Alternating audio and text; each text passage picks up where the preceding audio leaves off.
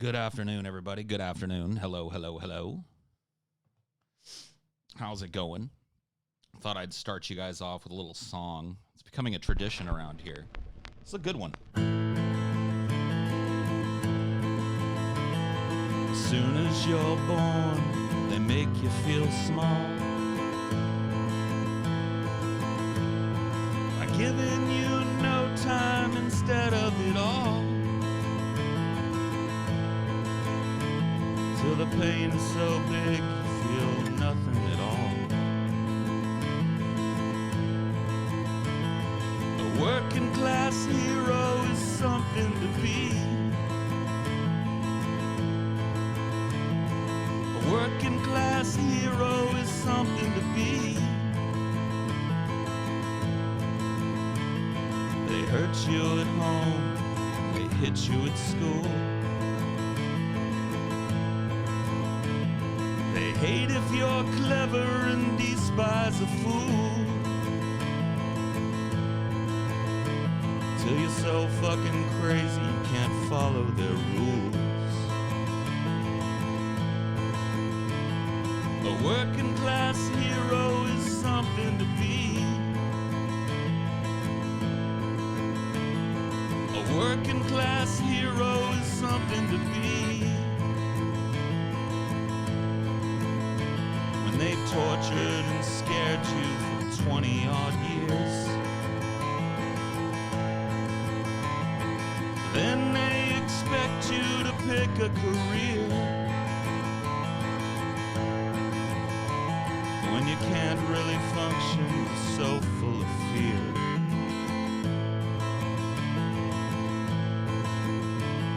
A working class hero is something to be. A working class hero is something to be. Keep you doped with religion and sex and TV. And you think you're so clever and classless and free. But you're still fucking peasants as far as I see. A working class hero is something to be. A working class hero is something to be. There's room at the top, they're telling you still. But first, you must learn to smile as you kill. If you wanna be like all the folks on the hill. A working class hero is something to be. A working class hero is something to be. If you wanna be a hero, well, just follow me. If you wanna be a hero, well, just follow me.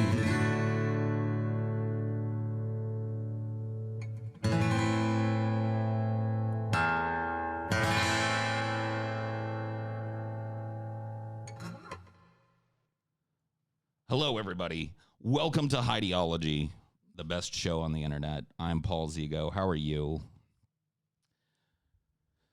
How are you? How are you? Hope you're doing well. One of my favorite songs there. It's right in my key, man.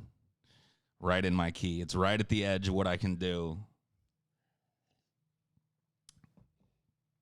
Secular talk video, labor unions extremely popular as economy tanks, talking about labor union support and solidarity a few days ago. It was nice to hear. I saw that. That was nice to hear. It's nice to hear people with a reach longer than mine starting to say the word union.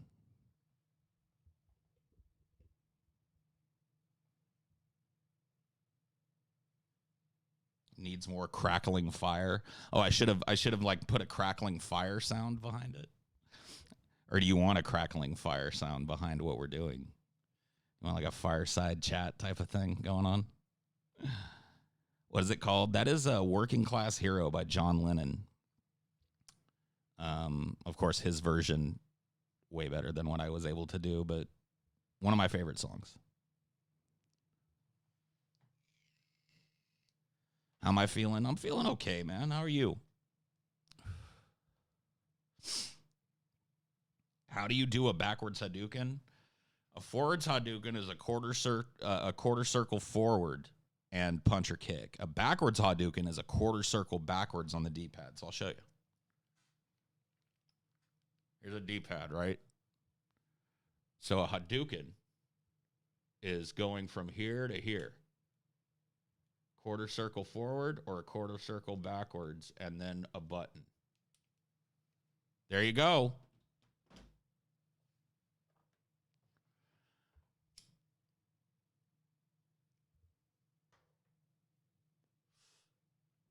I loved your rendition. Oh, by the way, you asked, that's an A minor, I think. I'm not 100% sure, but I think it's an A minor.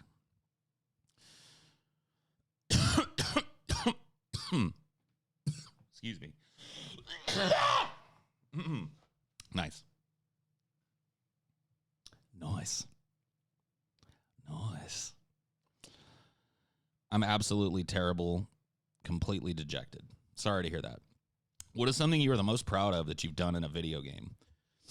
I don't know. I 100%ed Red Dead Redemption. I don't know if I was proud of that, but there were some fucking achievements on that that had me running around. Like, you had to kill, like, a grizzly bear with your bare hands, basically.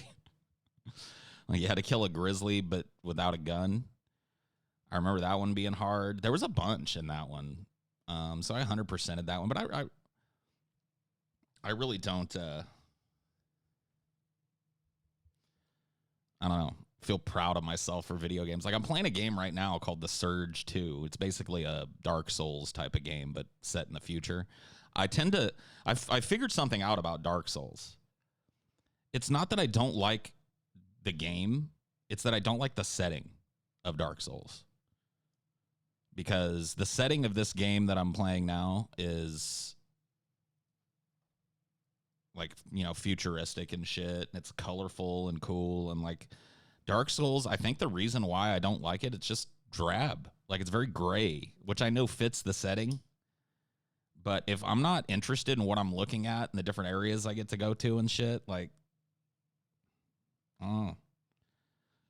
And yes, I know Dark Souls has, like, Anor Londo and stuff, which is all golden and shit. It does give you some different places that aren't all necessarily drab, but I don't know. The setting, I don't know. The setting means a lot, I guess, to me. I did a no-kill run in Metal Gear Solid 3. Yeah, no-kill runs are pretty cool to try and pull off. I love games that allow it. I did a no-kill run. Dude, listen to this. Tell me this isn't a fuck off.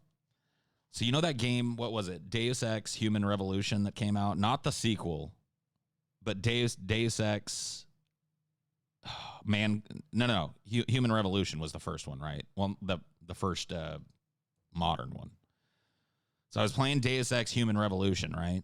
And I wanted to get the no-kill thing. Well, dude, at the very beginning of the game, you walk down the stairs, and there's a couple of dudes, right? And I thought you had to kill them. Like, because it's like the tutorial part. It's like, do this to do a takedown, do this to snap a neck or whatever. And so I did it to these two guys at the very beginning.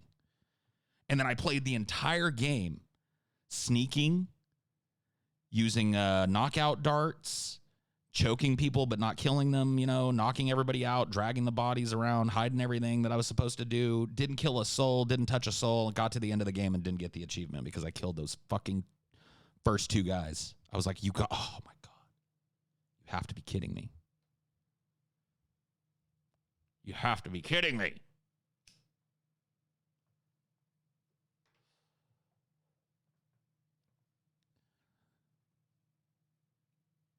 Yeah, that's that. You got to know that not having that achievement feels pretty bad, man.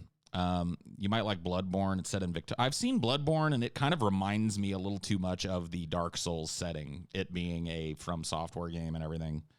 I think they have a They have a very recognizable aesthetic for that type of game. I really like the Surge 2's world. It's colorful. I really like the combat in it. It's very different from Souls-like games too. Like you can target specific body parts and cut them off, and that's how you get your salvage. So you can finish people by lopping their heads off or arms off and shit. So it's different enough. It's got a good parry system, which is hard to master, but once you get it, it feels really good to pull off. So I've been making slow but steady progress in that game. Sekiro, yeah. I liked Sekiro, but I feel bad because I stopped playing it for so long that I'll have to restart it because I just don't remember how it's played anymore. So, but yeah, I'll definitely play through Sekiro as well. On the latest DFF, you said you wish there was a Star Wars game where the lightsaber acted like a lightsaber and would cut people. You can actually do that in Jedi Outcast. Yeah. I've seen it in games. I mean, obviously, you can do it in Jedi Outcast. You can do it in Star Wars Dark Forces. You can do it in Jedi Fallen Order. To beasts. You know what I mean? Can't do it to fucking Stormtroopers, though.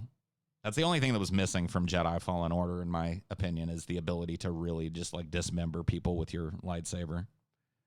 I played the Lego Lord of the Rings games and the Lego Avengers game. I like those little Lego games. They're like good, like turn your brain off type of games. You know what I mean? Like they're cutesy and fun, and they don't require a whole lot of attention and skill to play. You know what I mean? I mean, From Software is a great developer. I'm not going to shit on them as a developer. I've just always been in this weird place where I have to tell people I don't like Dark Souls, and I've never really known why. And recently, and that's what I mean. Recently, because I played through Jedi Fallen Order, I've realized I like Souls-like games. I used to think, oh, I just hate the premise. I hate this, like, you have to die a bunch of times and learn things and go back, and it's constant death and shit. That's not true. That's how I'm playing the Surge 2. You know, I get to a new area. I run into a new enemy type. It probably kills me.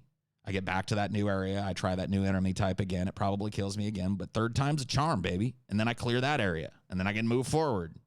It's like learning. Ghost of Tsushima. Yeah, that's another one that's on my radar. It looked really fun. Also, Neo is another game I'd consider getting into. Neo 2.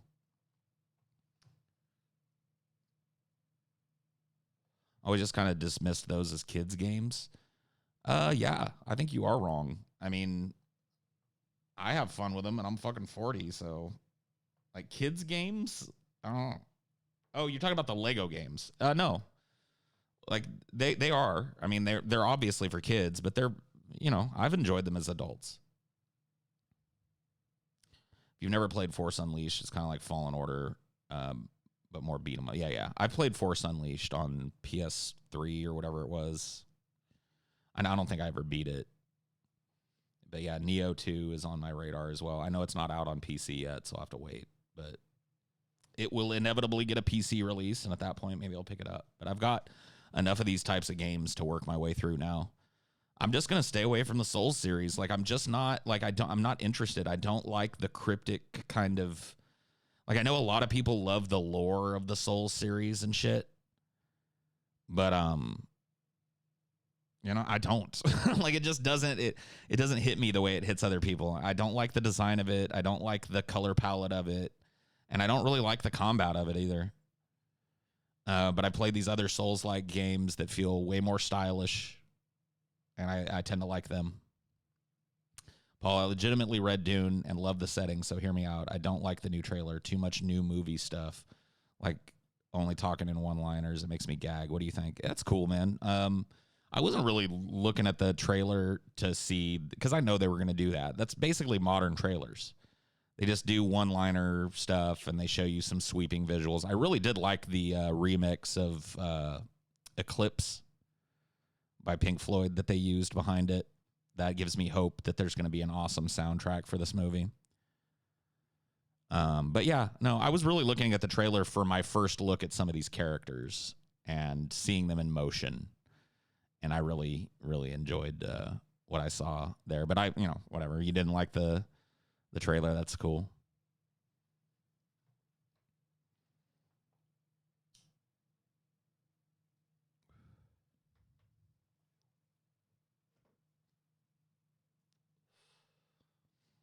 A working class hero is something to be.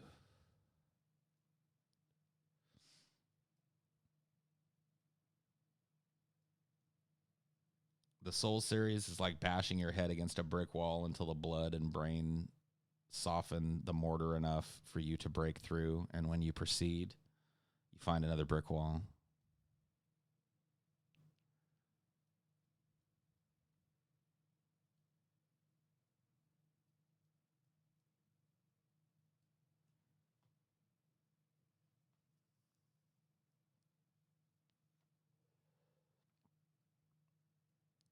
Listen to The Wall earlier. Comfortably Numb has a whole new feeling after 2049 and Sicario. Yeah.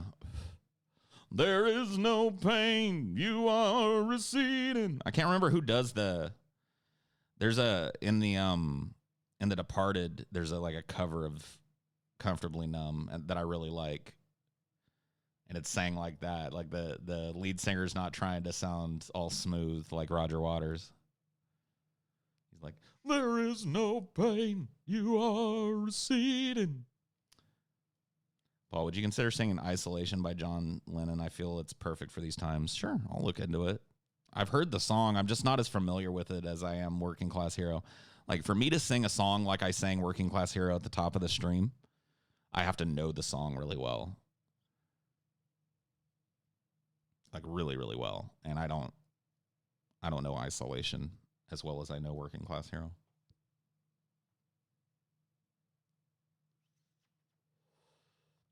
You made a claim that you don't like FPS because it doesn't bring anything new to the table, but Fortnite does bring something new to the table, a fourth dimension to gaming. Okay, dude. Have fun playing Fortnite, you know what I mean? Like, I would never stand in front of you and tell you, don't play this game, it's cringe or whatever. You know, go ahead. It just ain't me.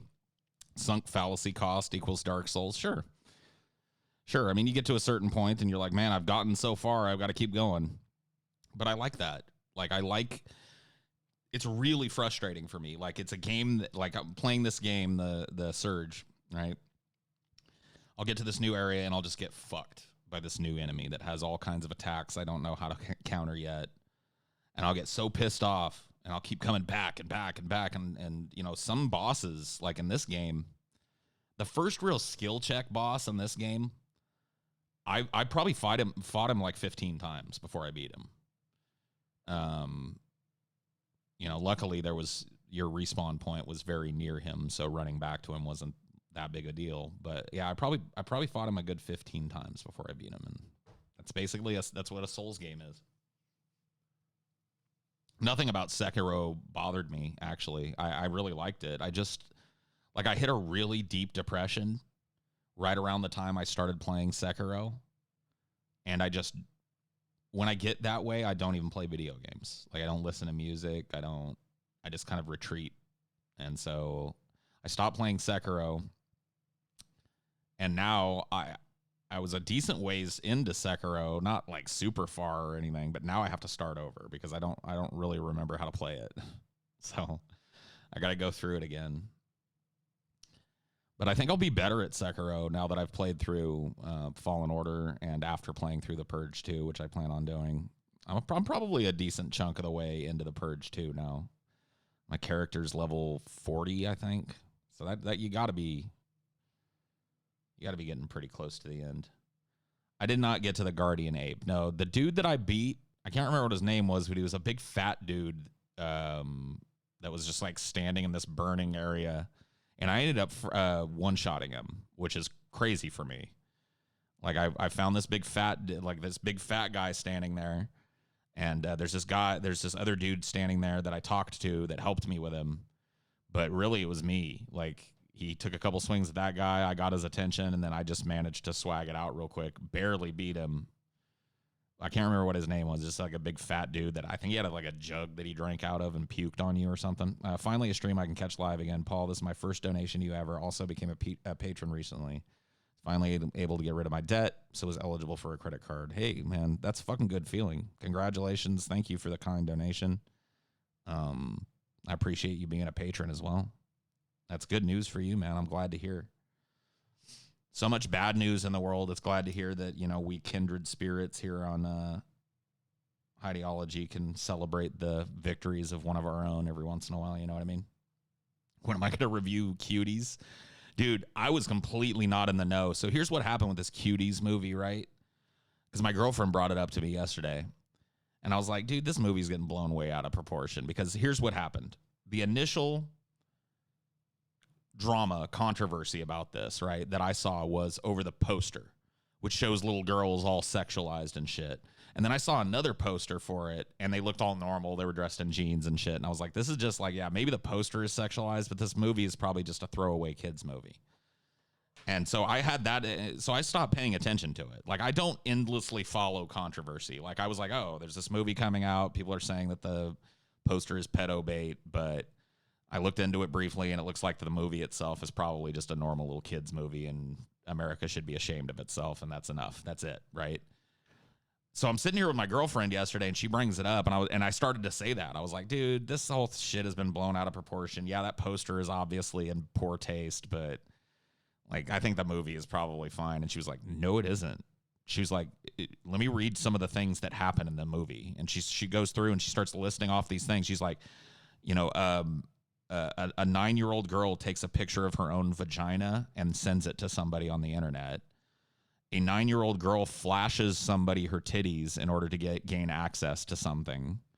A 9-year-old girl twerks for a security guard, and then he lets her into a venue. I'm like, how did this movie get made again? I mean, I know it's pedo wood and all, but I mean, can they be that open with it? Do I care about Marilyn Manson's new album at all? I do. I'll listen to it.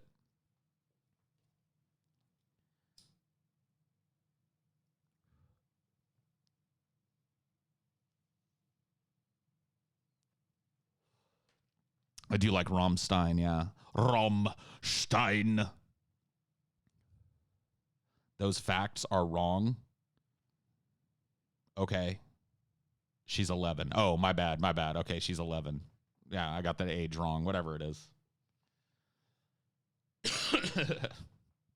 Yeah, that makes it better. Okay. Movie saved. It's an 11-year-old taking pictures of her vagina and sending it to people on the internet. It's an 11-year-old that flashes somebody to gain access to a club. Okay.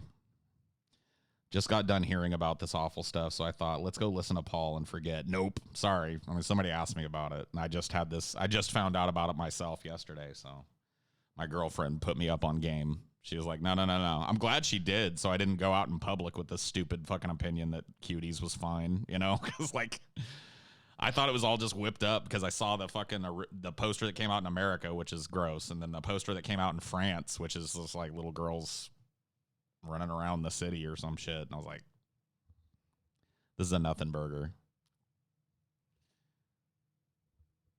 It actually has a Bill O'Reilly-esque conservative message if you actually watch it. Sexuality in the media ruined the girl and made her do that. People take the movie out of context. Well, that's fine, but I don't know, dude. I haven't seen the movie. I probably won't, to be honest with you, because it's not like, it's just not the type of movie plot that I'm usually interested in. Like, I don't watch like I think of this movie when I hear about it, like it's about a little girl dance troupe or whatever the fuck. And when I think about that, all I can think about is like what's that fucking movie, The Mighty Ducks or something. Where it's like a ragtag, or Little Giants, where it's like a ragtag group of nobodies and they have to try and fucking compete and blah, blah, blah, blah, blah. Like, I'm just not interested in the overarching concept, so I probably won't watch the movie. But maybe it's being taken out of context, but I don't know, dude. I don't know. It's really hard for me to conceive of a reason why that needs to be in a movie. Like, a reason why because, like, I hate to be a pearl clutcher here, but the intent of the movie doesn't really matter at the end of the day, does it? When it comes to shit like that. Like, it's exploitative to have little girls doing shit like that. Like, even if what you're doing is trying to show that this industry is exploitative to little girls. So is it okay to exploit little girls in order to show that an industry exploits little girls? It's like, no. In my opinion, probably not. No.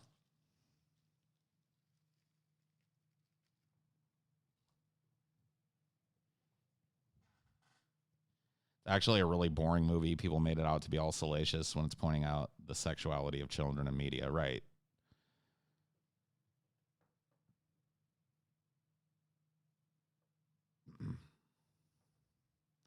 Little Miss Sunshine had a great stance on this. I don't, that's. Oh, you mean the movie? I thought you were talking about some YouTuber or some shit that I didn't know. Yeah, Little Miss Sunshine, I think showed, like, that's a movie that I think like has the message that you guys are kind of describing that maybe this Cuties movie has, and that showed that kind of thing, but wasn't. I didn't feel like it was exploitative to the actress. 11-year-olds grabbing their crotches while dressed like NFL cheerleaders. Why is the right so against this? I don't know. Yeah, I thought Little Miss Sunshine handled the subject matter well. You know what I mean? Like it's not like the subject matter itself should be barred from having films made or anything like that. I just feel like that there's a duty in the filmmaker to not be exploitative to the young actors and actresses that they use in these films. And when you've got little girls sexualized all the fuck, booty shaking and flashing their titties and blah blah blah blah blah, that's just, you know what I mean? Like even if the point is to show a fucking movie, or even if the point of the film is to show that the entertainment industry is exploitative towards children, like you can't exploit children to show that. Did you see the YouTube reviewer said the girls were hot in his review and then defended it? No, but I don't want to either. I'm glad I haven't.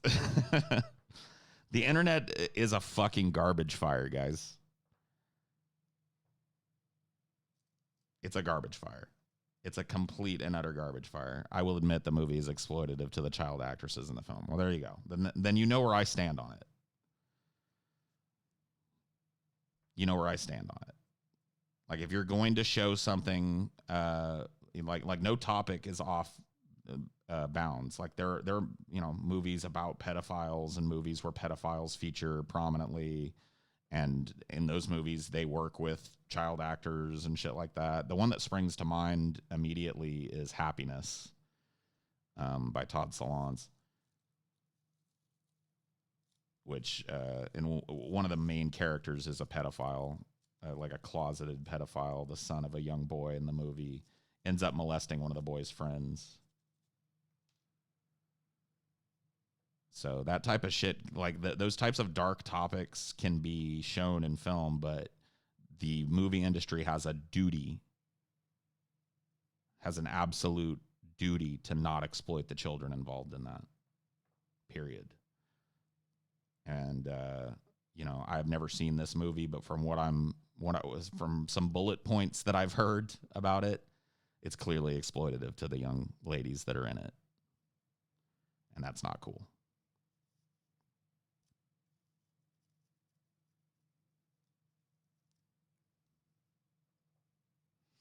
Happiness is a brilliant film. Yeah. It's horrible to watch, like in the best way. You know what I mean?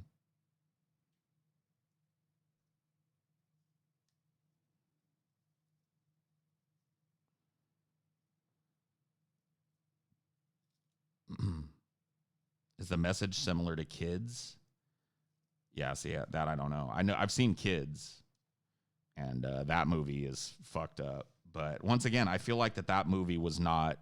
That movie pointed out the plight of young people and showed some shit, but it was not. I really don't feel like that movie was exploitative to the young actors and actresses that were in it. Zoe Deschanel, is it Zoe Deschanel? No, what is her name? Is she another Zoe? I'm trying to think of her name. She's in Party Monster. Fuck, I'm gonna have to look it up now.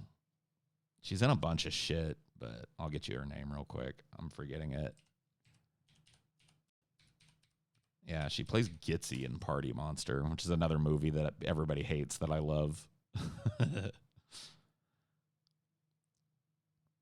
Let's see. Who's in it? Who's in it? Where's Gitzy?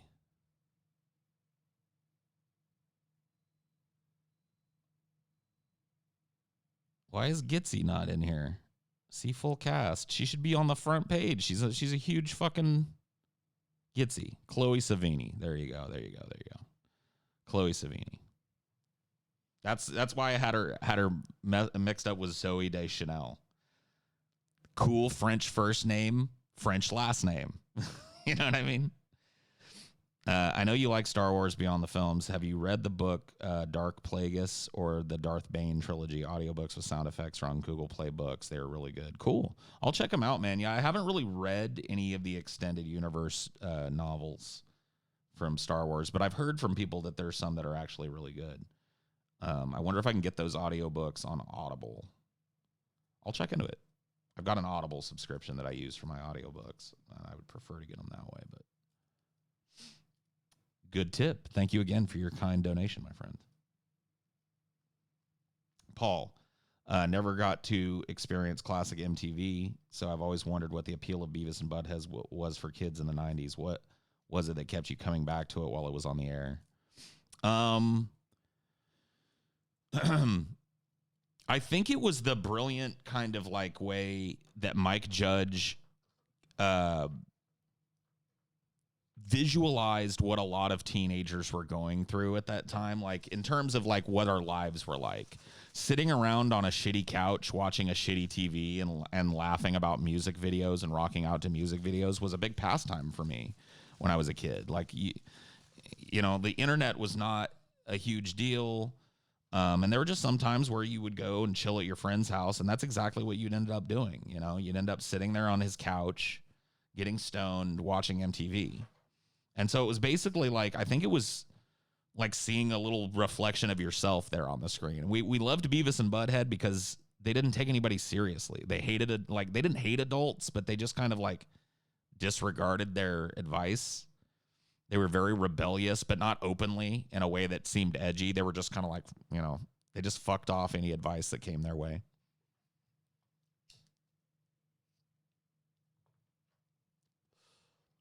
So they kind of embodied that spirit of rebellion that happened in the 90s, that kind of, you know, rebellious, fuck you, I'm going to get mine kind of attitude that was born then. Revenge of the Sith novelization is definitely better than the film and one of the better Star Wars novels. So, of course, Disney made it non-canon. Of course. Like, I think that was one of the stupidest ideas that Disney ever had. I think that they should have taken Knights of the Old Republic and made that universe into a series of films.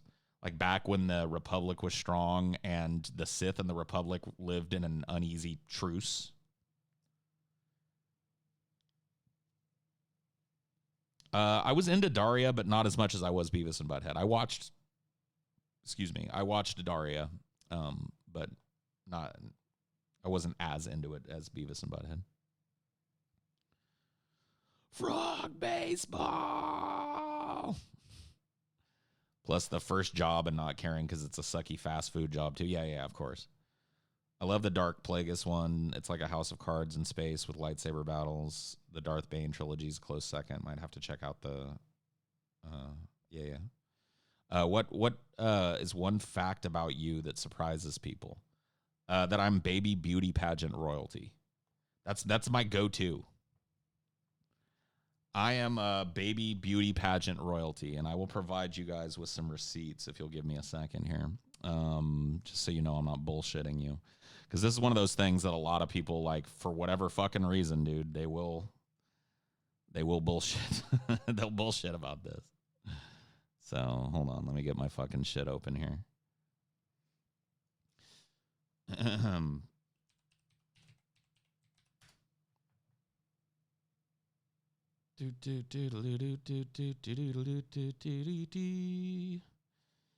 Let me find it. I know it's here.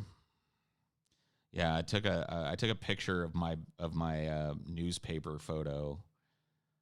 I was a California baby beauty pageant royalty. So I was a pretty cute little kid. Here's the picture I'm talking about. Let me go ahead and throw it up on the screen so I can show it to you guys.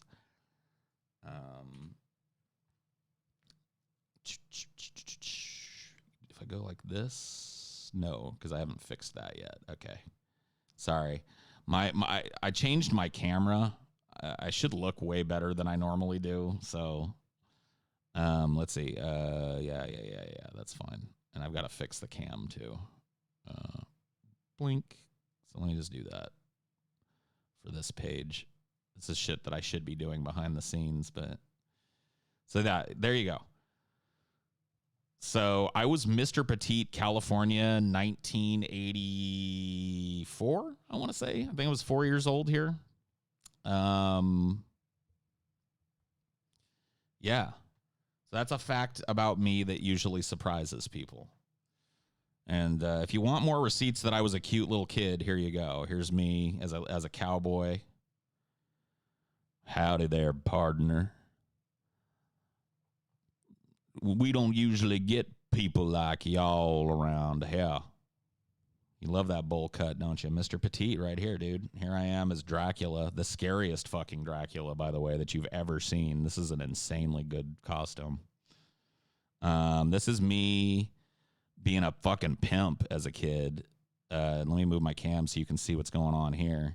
And you can read the caption, too. This is Valentine's Day dance. I got asked to it by 2 girls and told them both yes, so I took 2 dates. Hashtag pimpin' ain't easy. So what do you think about that shit? I think there's another one of me, but I didn't put it up on here. Here's me making a fart noise on Christmas. I was a cute little kid. You know what I mean?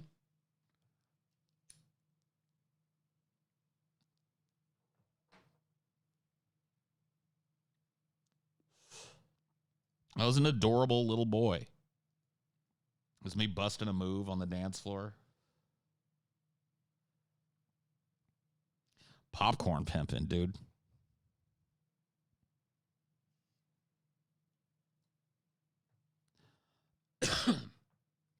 Don't just stand there, bust a move. If you want it, you got it. If you want it, baby, you just bust a move. Dude, Child Paul is cooler than me. Dude, I was a fucking stud. Look at this shit. Who could pull this off? A fucking Letterman Ivy League boy sweater with a button up and a bow tie underneath it? Who gets away with this type of shit? Popcorn pimping. I peaked at 6.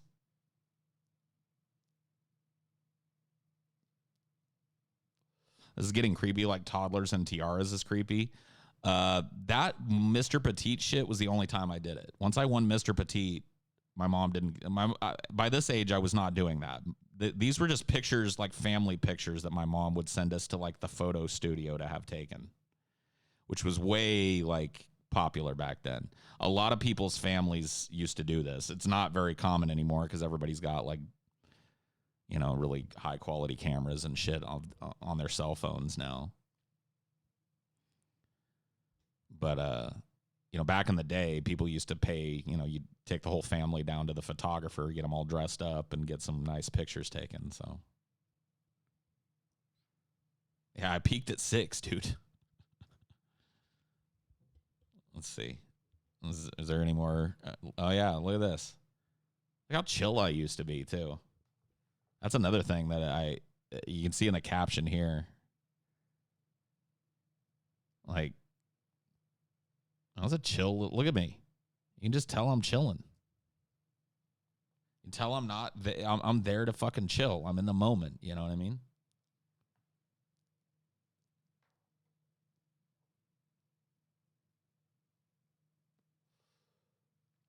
The fuck happened? Tell you what happened. Adulthood. That's what happens. This whole fucking mess just goes away. You know what I mean? Your whole fucking ability to not take things. Look at this shit. What a great wizard I was.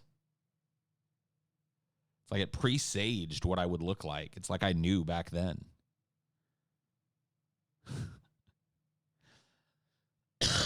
I have to recreate this image. I got to get like a wizard robe and a wizard hat for Halloween and just let my hair down and recreate this image. So I moved this. I have a wand and everything, man. You can see. Paul is naturally blonde. Yeah. When I was a kid, I was a towhead.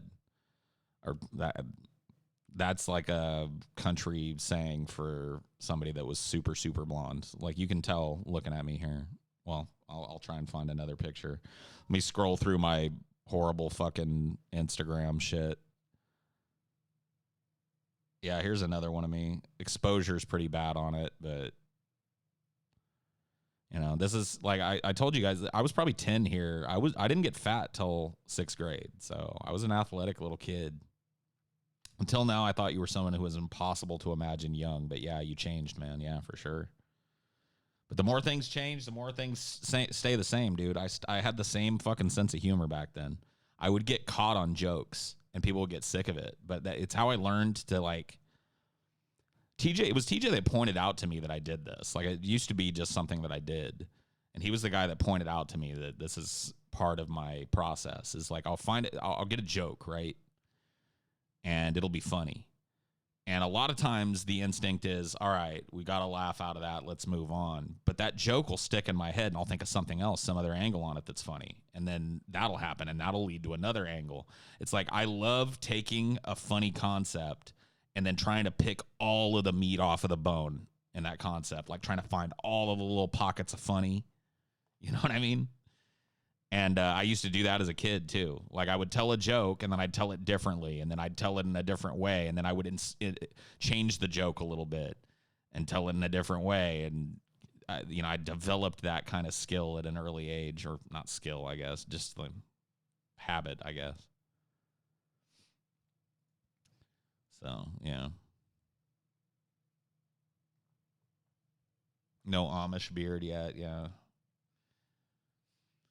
But, yeah, my hair was like really super blonde when I was young, and as I got older, it got, more and more dirty blonde, and then eventually it's just become like kind of reddish brown.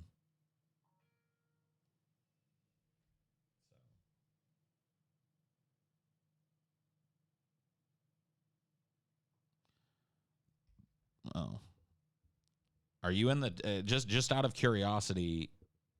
If Chelsea's in the chat, let me know.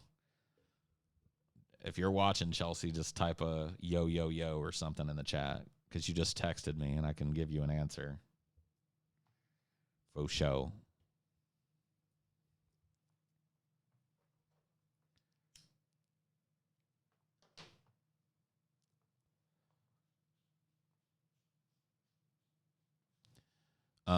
One reason why the Kane episode of DP is one of my favorites. Yeah. When did you start telling stories? Really young. See, I grew up in kind of a weird, unique environment in that I grew up around a lot of drunk adults. It's not a good thing for kids to grow up around a lot of alcohol consumption. But what I picked up at a very young age, certainly like by this age here and well before this age, is how to tell a story. So, yeah, just sitting around listening to drunk adults tell funny stories. And I started telling them myself. And the adults at these parties at first kind of patted me on the head and were like, they wouldn't even really listen to me. But eventually, by this age, when I started telling a story, all the adults in the room would start listening because I had a joke. And I loved that. I loved the fact that I could go to these people who were clearly above my station in terms of age, and responsibility and all that, and get them all fucking chuckling. And so I worked it. I didn't realize I was working it, but I worked it as a kid and kept doing that as an adolescent and kept doing it as an adult. Supposedly they're making 2 Joker sequels. I think they could go with the multiple origins the Joker has and tell a different story with each sequel. That'd be kind of cool. Sire, I must inform you that I'm on an expedition. I will return after searching the scrolls of Highdeology for your greatest political insights. Oh, the Blue Noble is on a Grail quest. Blue Noble, what if you find in your quest that I'm but a hypocrite and that my political positions, when put into a wider focus, make no sense and are self-contradictory? No, good luck on your quest. 'Tis a noble one.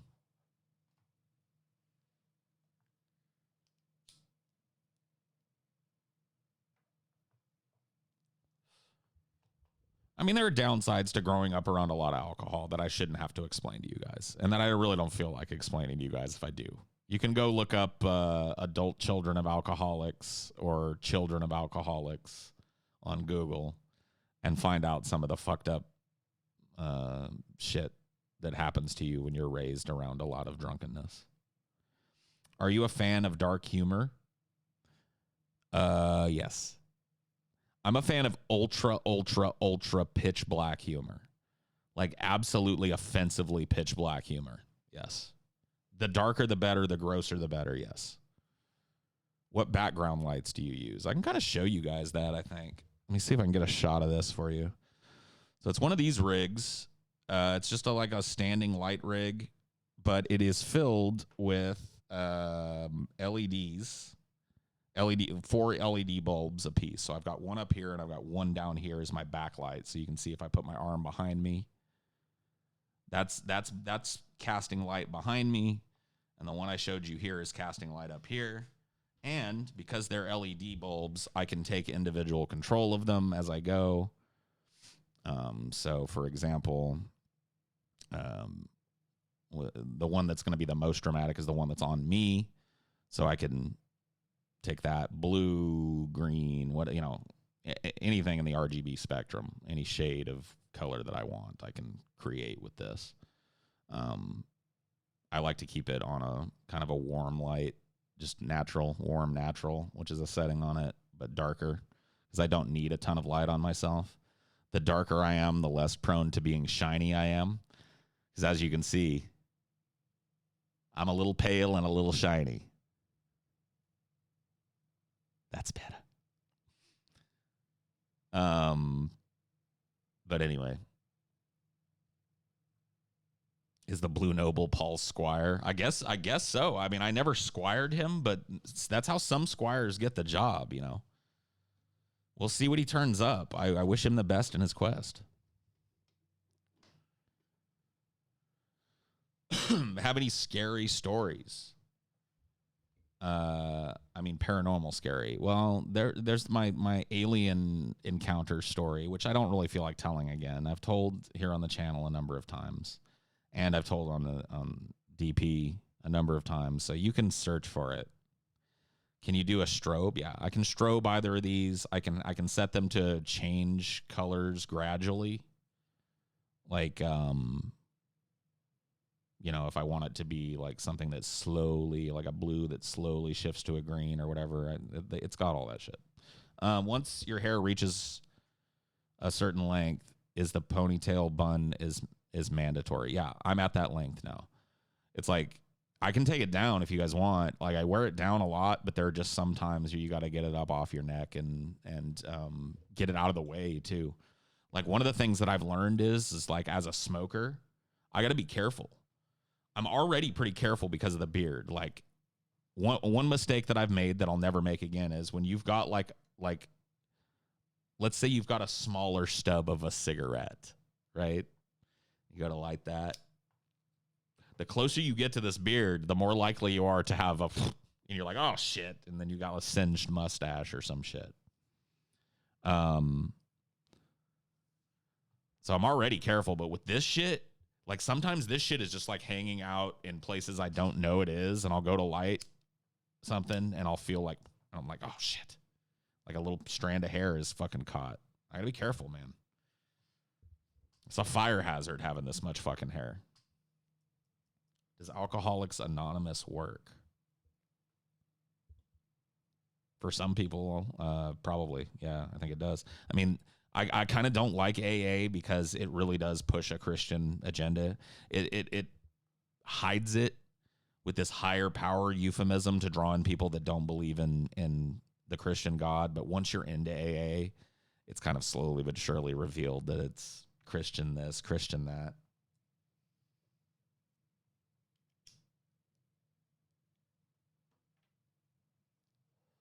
Can your lights do the backlight silhouette thing that anonymous people use in interviews? It's not dark enough in here to do that, but if it was nighttime, I could. Like if it was nighttime, I don't have blackout curtains in here, unfortunately, and I'm not going to get them because I won't be here to enjoy them. But yeah, if I was doing a night stream, I could do the silhouette. AA isn't anonymous. First thing you do is introduce yourself. Right, but you don't have to give your real name. Like that's something that you don't realize about Alcoholics Anonymous is a lot of times people will say, my name is Bill, and their name is not Bill. My name is Sasha, and their name is not Sasha. My name is Josephine, and their name is not Josephine.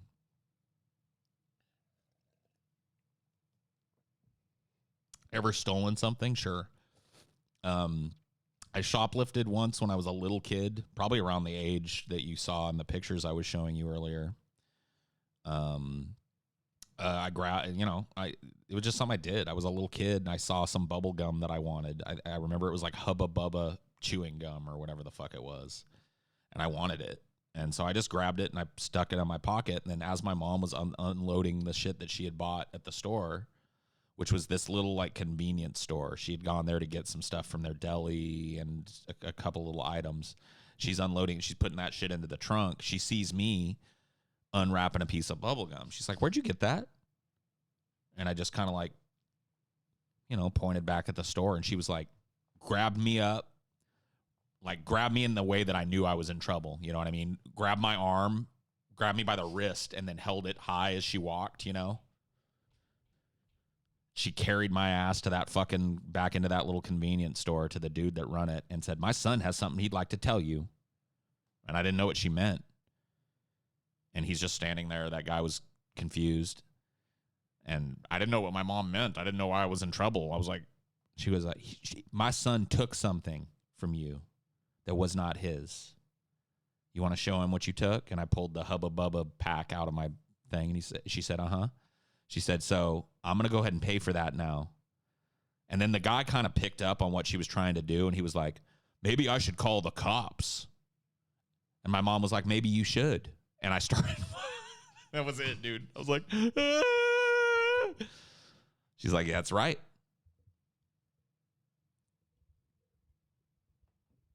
So I learned early on that stealing wasn't good. But since then, yes, like most of the thievery that I've done since then has been piracy of film, piracy of music, and piracy of video games. And I've stolen a lot of those things. I don't anymore. I have a personal policy not to steal movies, music, or video games anymore, unless I do have a little caveat. Unless they are made unreasonably hard for me to get otherwise, or unreasonably expensive. Like, I pay for 3 different types of movie subscription service, 3 different layers.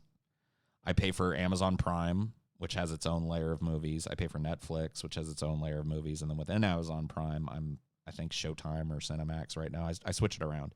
So I've got 3 different layers of monthly payments going to make sure I can have a movie. If there's a movie that isn't on all of those and I go to it on Amazon and it costs $10 or something and I can't rent it, guess what movie's getting pirated? So, yeah. If you make it unreasonably ridiculous for me to get a movie, if you try and, like, press gang me into paying you $10 or some shit for a fucking movie that ain't worth it, then I'll pirate it. Like the $30 Mulan, exactly. But for that, I'm just going to wait until it's not $30. You know what I mean? Like, I'll wait until it's a year old and then I'll watch Mulan. Like, I'm a patient dude. You have to be in order to be as economically tight as I am. To be a tight ass like I am, you have to be a patient person.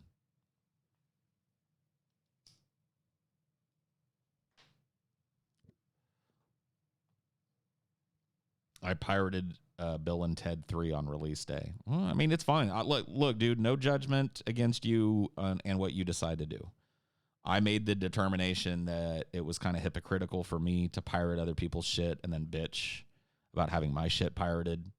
But I had stopped pirating well before I started on DP. So I just got to a point where it's like, I can't justify this anymore. Like when I was 20 and I'm barely making enough money to live, yeah, I pirated some video games and yeah, I pirated my music and shit. But, you know, I ain't 20 anymore. I'm making a good living. Like I can afford to buy the shit that I want. You know what I mean?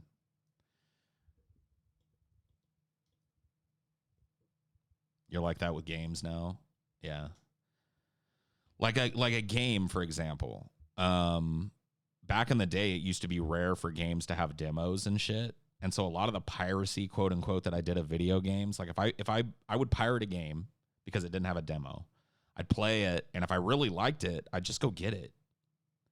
You know what I mean? But if the movie was or if the game was half-ass, which a lot of the games I pirated were, or exorbitantly expensive or whatever the fuck for whatever reason, which some games are, I'd be like, fuck you.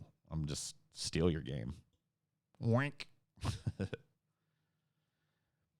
Yeah, LimeWire, dude, I knew after like here's the thing. A lot of people use LimeWire. I'm not going to tell you I didn't, but I learned pretty early on that LimeWire was just a giant fucking hive of scams and hacks and viruses and bait and all this other shit. So I used to have like these private websites that eventually would become private trackers. But I had one private website in particular that I would visit that you had to be a member of the forums, and the members of the forums got access to, you know, tons and tons of just full downloads of albums and shit. No bullshit, no hassle.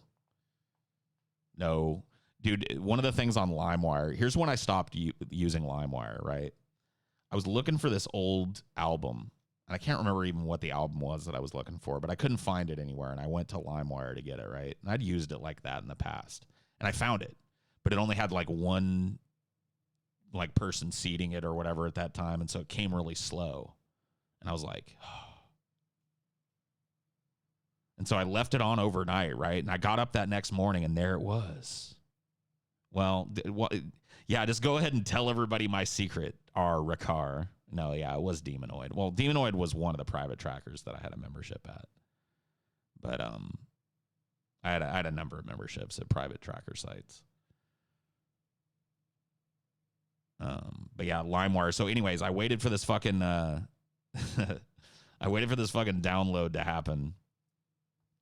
Got up in the morning, turned it on, right? Started playing it. The first few chords of the music that I thought it was started playing, and I was like, oh my God, this is it.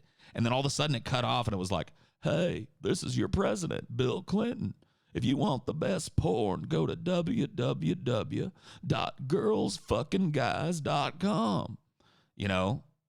And I was like, no. And then that just repeated over and over. Hey, this is your president. And it was that level of fucking Bill Clinton impersonation. Hey, this is your president, Bill Clinton. I'm telling you that the hottest piece of ass is at girlsfucknow.com. And I was like, no. I uninstalled LimeWire that day, and that was it. I never reinstalled it. I never used it. And I told myself it's private trackers or just ordering the fucking shit from here on out.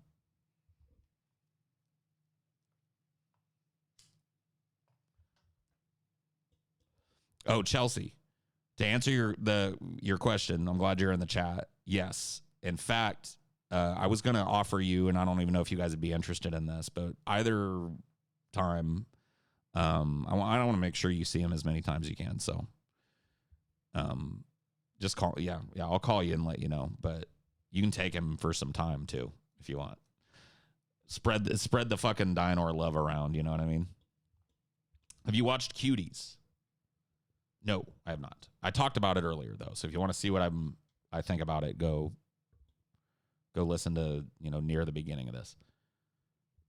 I did not have sexual relations with that woman. This is Bill Clinton letting you know that Monica Lewinsky's pussy is on CelebrityMuff.com. It's crazy. Pass me that cigar. You missed 3 super chats. Okay. Well, 99 cents from Cloud Massacre. I appreciate that. Thank you. All right. When the compilation is complete, I will inform your beardedness. I'm looking for a moment in particular. Okay. Well, thank you. Lord Paul, I lust for the blood of Tajikiphants upon my axe. Will you unleash me like a dog of war? Keep your powder dry. The time is not nigh to purge the Tajikiphant. Having watched all the Ego Answers videos back in the day, I am curious. Do you keep in touch with any of the people you talked about in your stories? Some. Many of those people, though, I haven't talked to since high school or college days. Not out of, most of them not out of malice. A few of the people in those stories are unfortunately no longer around anymore, like dead, gone type of people, which is a sad thing. I've had a couple of old friends die in various ways, but yeah, a few of those people I'm still in touch with. Dinor ready for a trim. Oh yeah. Dinor is starting to get a little shaggy again, and it's all summer, and so we're trying to keep him short so the fleas don't get him. He's got a flea collar now, so that takes care of most of it, but I don't want him getting shaggy, so he needs to go see Aunt Chelsea.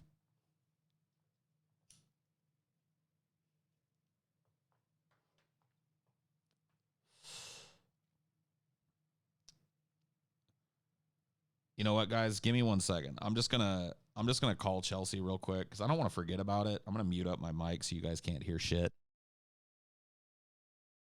I'll be right back. Don't go anywhere.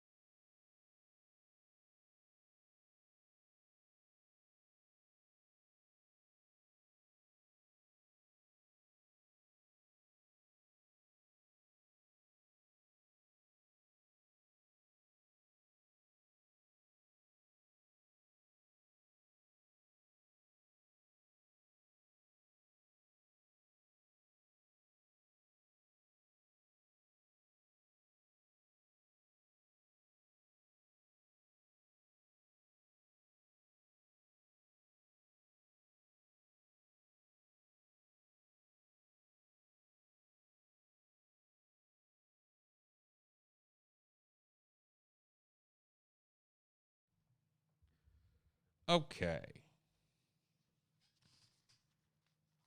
Hello. Sorry about that. Just had to make a call that I knew I was going to forget. I knew for an absolute fact that I was going to forget it. There we are. We're back. Okay. Paul died. Guys, you are too late. Paul died at this stream.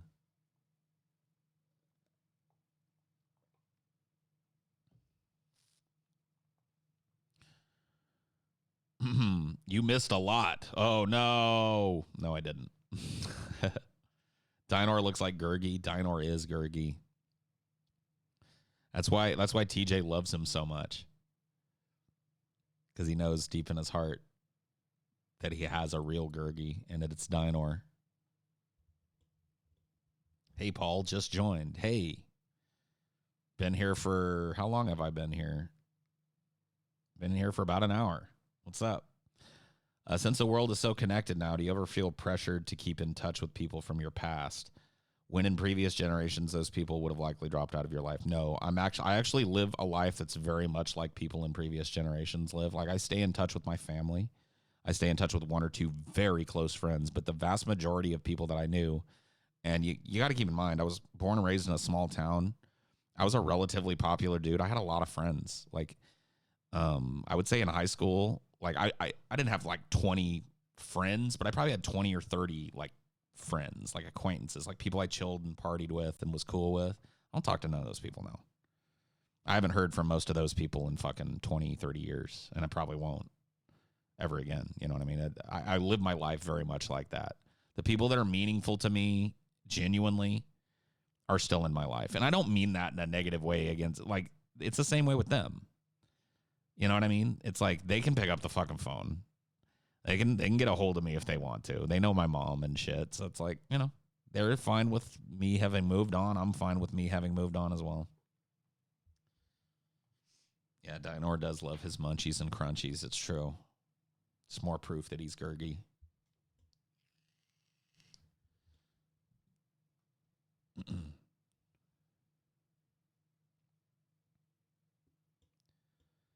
How do you deal with forgetfulness, Paul? For example, I love my fiance, but I can never remember the dates. I write it down, but then I forget. I wrote it down, but my mind just remembers other.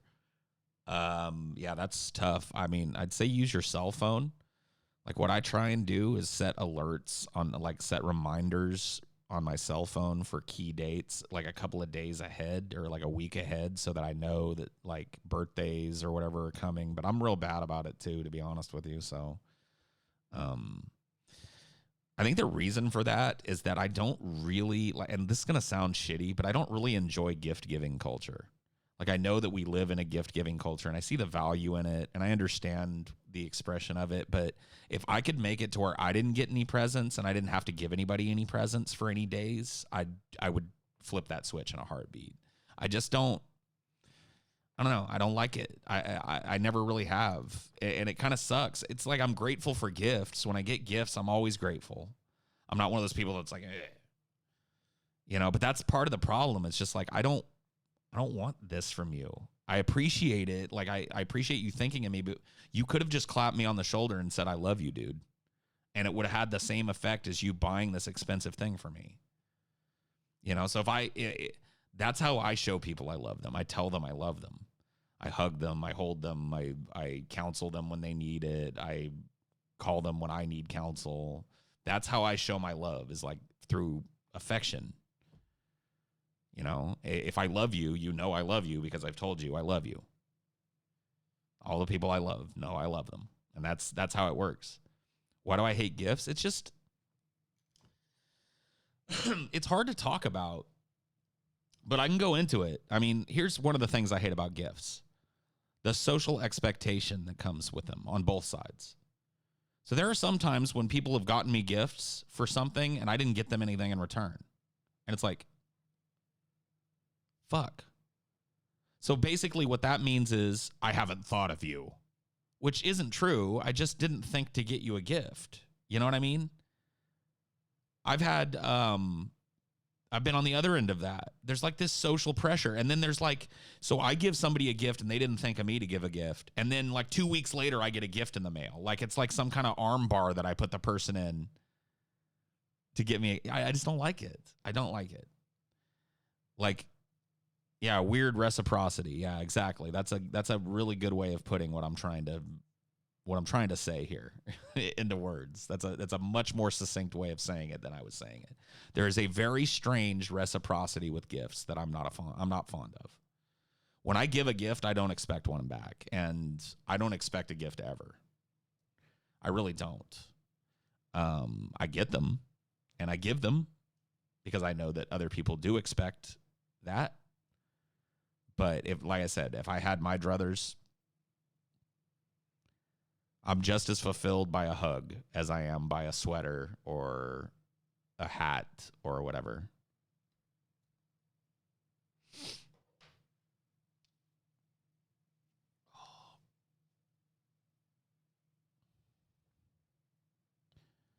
Do you not deny the gift of fast food?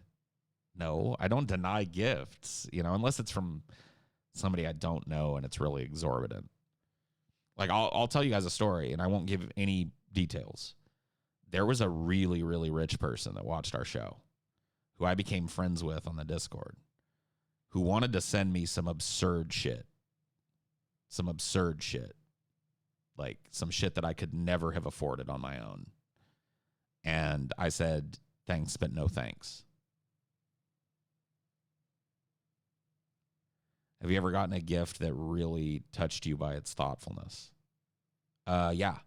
I've gotten a number of gifts that really, really touched me. TJ gave me one Christmas that blew my mind because it was so thoughtful. Like, some people are really good gift givers. I'm not. I don't attach like that. Maybe that's why I don't like it.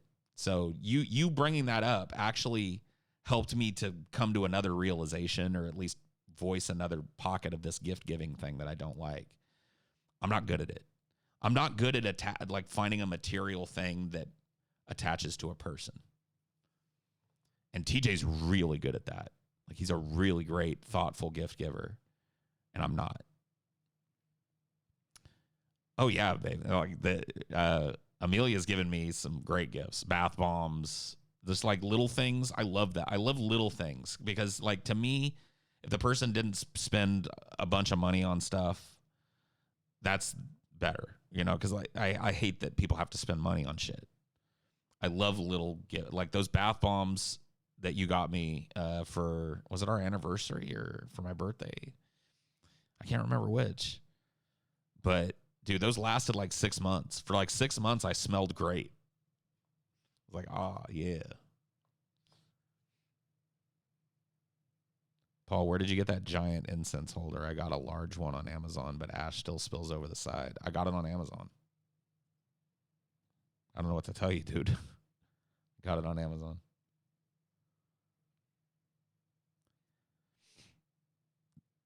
That Mr. Bucket was so thoughtful. It was. Mr. Bucket. The last episode of DFF has encouraged me to send TJ's photos of Gurgi. But yeah, no, TJ gave me a complete works of William Shakespeare, which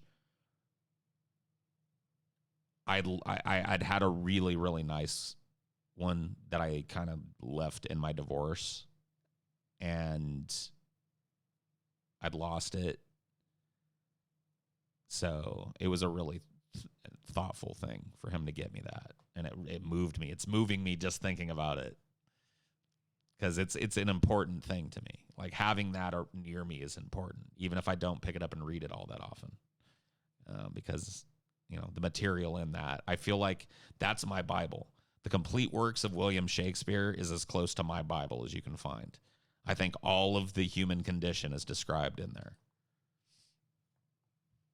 I think every type of person, every broad type of person is mentioned in the works of Shakespeare.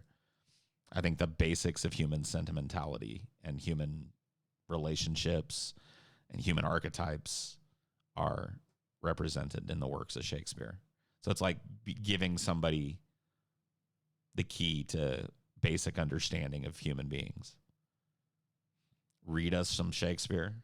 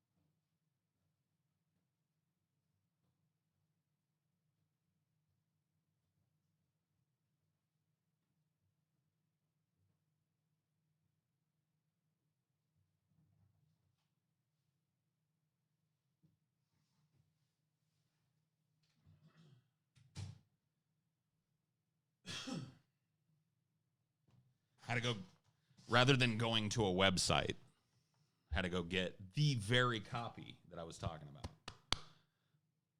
Beautiful gold leaf copy of the complete works of William Shakespeare given to me by TJ. Beautiful, beautiful, beautiful. Because fuck reading Shakespeare off of the internet when you've got something as beautiful as this. So let's just open up and I'll read you something.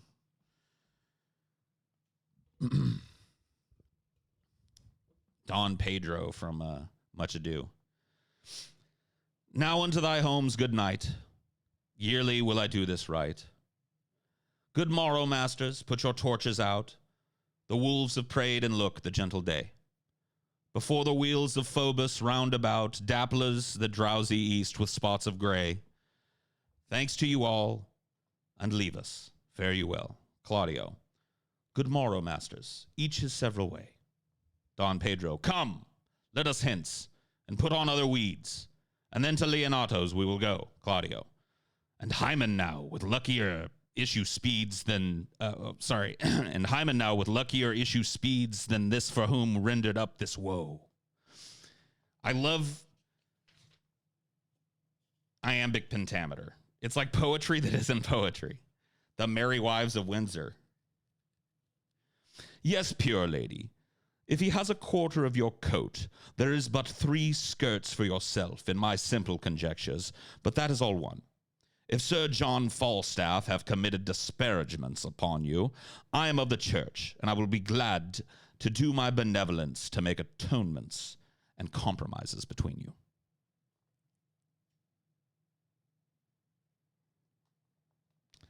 Merry Wives of Windsor. Let's find some Falstaff. I love Falstaff speeches.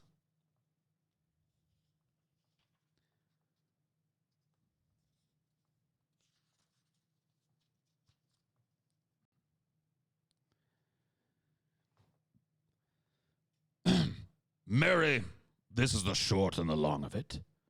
You have brought her into such a canaries as is 'tis wonderful. The best courier of them all, when the court lay at Windsor, could not have brought her to such a cannery. Yet there has been knights and lords and gentlemen with all their coaches. I warrant you, coach after coach, letter after letter, gift after gift, smelling so sweetly, all musk and so rushling. I warrant you, in silk and gold, and in such alignment terms, and in such wine and sugar of the best and the fairest that would have won any woman's heart, and yet I warrant you they could have never get an eye wink of her. I had myself 20 angels given me this morning, but I defy all angels, in any such sort, as they say, but in the way of honesty, and I warrant you they could never get her so much as a sip on a cup with the proudest of them all. And yet there have been earls, nay, which is more, pensioners, but I warrant you, all is one with her. Talking about a woman that even he can't get. He's Falstaff. Even the angels couldn't get her. Even the angels couldn't get a sip on a cup from her, let alone an audience with her.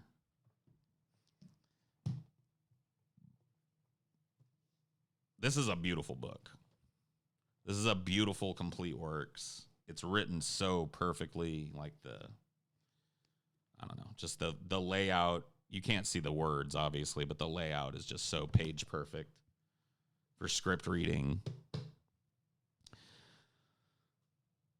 You said you were Toby Belch. Can you read Go Write It in a Marshall Hand? I can try and find it.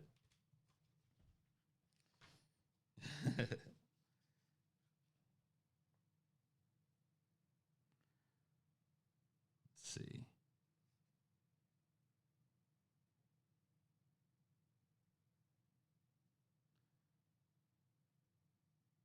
$641. 641 is gonna be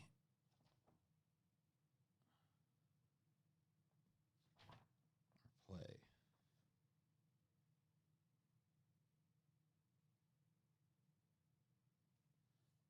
As You Like It.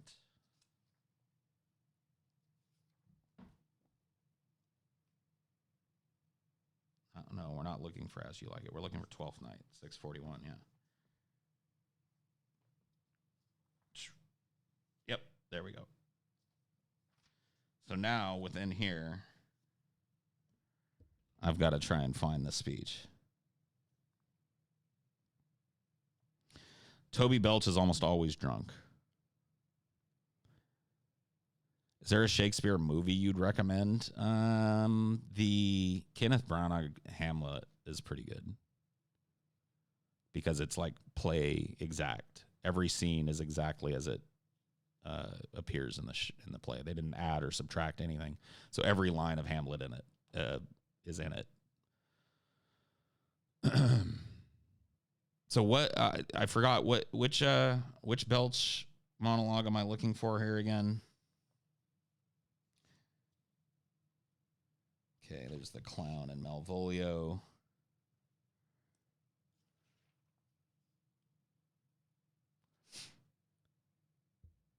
Some random Toby monologue, sure. I'll be able to find it. I just can't remember which one you asked for me. I'll probably remember if I see it. I'm just looking at his principal soliloquies. Malvolio. Said you're gonna go write it in a martial hand. Oh yeah. That's okay. So this is after Malvolio. This is when they come up with the plot. So I just got to find that.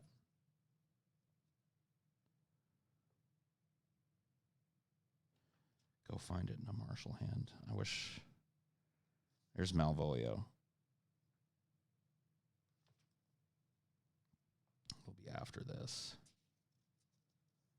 Sorry, I know this is really fun watching me flip through a fucking book, and I could easily go find this on the internet, but I don't want to.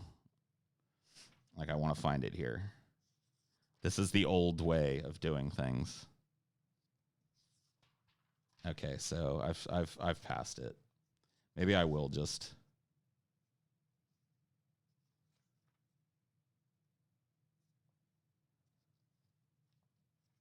Okay, hold on.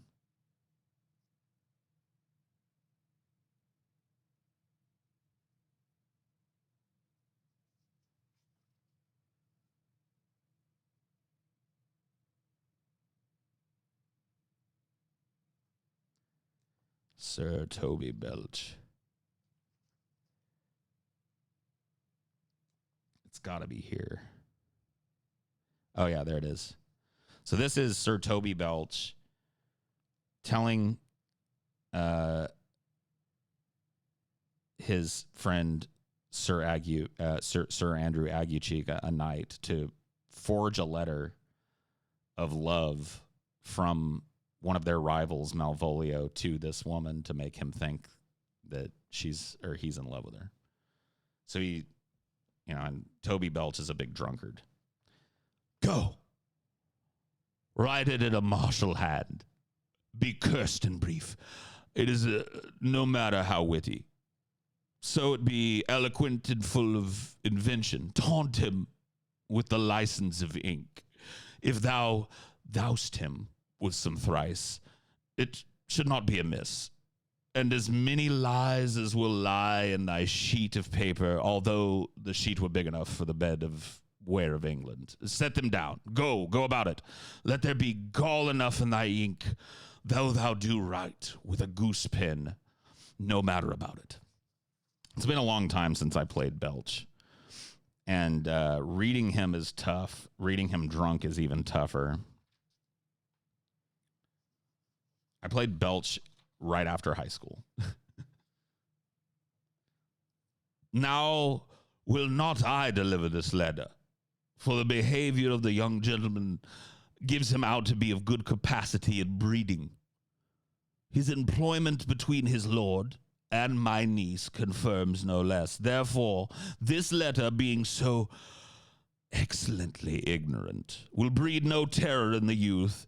He will find it comes from a clodpole. But, sir, I will deliver a challenge by word of mouth, set upon Aguacheek, a notable report of valor, and drive the gentleman, as I know his youth will aptly receive it, into a most hideous opinion of his rage, skill, fury, and impetuosity.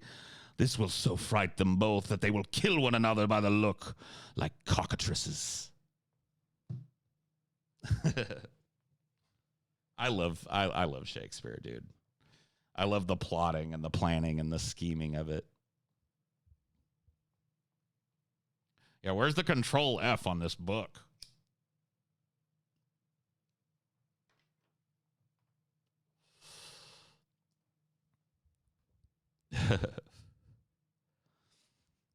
I'm looking thinner. Thanks for noticing. I'm trying. You know, it takes a while, and I'm 40 now, so the old metabolism is not going as fast as it used to. But I'm eating better, and that's what counts. And I'm slowly but surely losing weight, which is what you're supposed to do.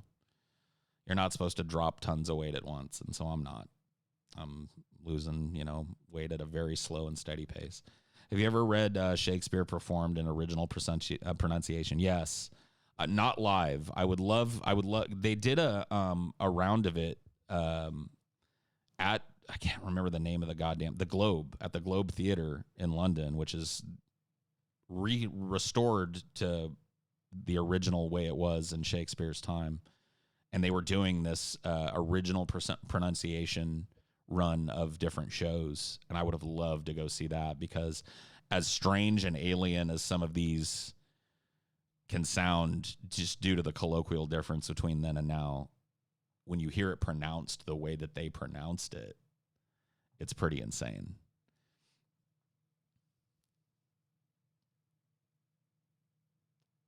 I was very lucky to see Hamlet performed at Kornborg Castle in Denmark. That's cool, dude. Yeah, seeing live Shakespeare at all is a real treat for me. Could you even understand it, though? Probably not some of it. See, that's the thing. It's like, I would understand it if it were presented in the modern pronunciation of these words.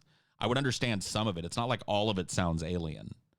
It's just that certain words are pronounced very differently than we pronounce them now. And so those words might be lost in the sauce, or I might have to think as I watch, what was that word? But it would be super interesting to me. Would you ever do another play? Absolutely. The problem is I just don't have the time to fucking devote to that at this point in my life. Like I'm already doing, the show in a pretty heavy schedule, and I just don't have the time to devote to a show like that. What do you think of the Kenneth Branagh movies? I tend to like him. I mean, he's a great Shakespearean actor. His Hamlet is probably the best adaptation of Shakespeare on film. Paul, when I went to school, I saw a production of Much Ado at Shakespeare's Globe, but it was done like an Old West play. I hate that. I mean, it's fine when they kind of take Shakespeare and put it in a different timeline, and I get what they're doing. Like, I get what they're trying to go for when they do that. Sorry, I fucked with my camera earlier, and it's been bugging me, so allow me to fix it.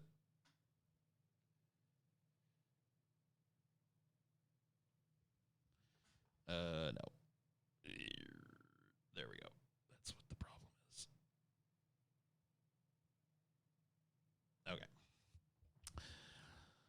Okay. How was the pronounced? You got me, dude. I did play Caliban. I played Caliban in The Tempest. That's probably my favorite role, honestly. I love Sir Toby Belch. I always wanted to play Falstaff, but I played Caliban.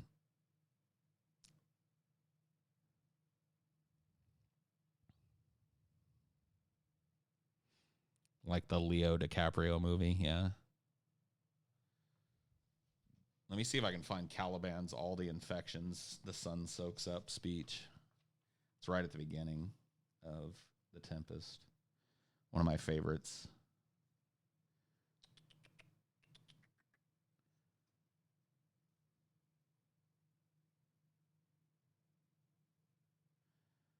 Tempest is going to be 11:35 towards the end of the book here.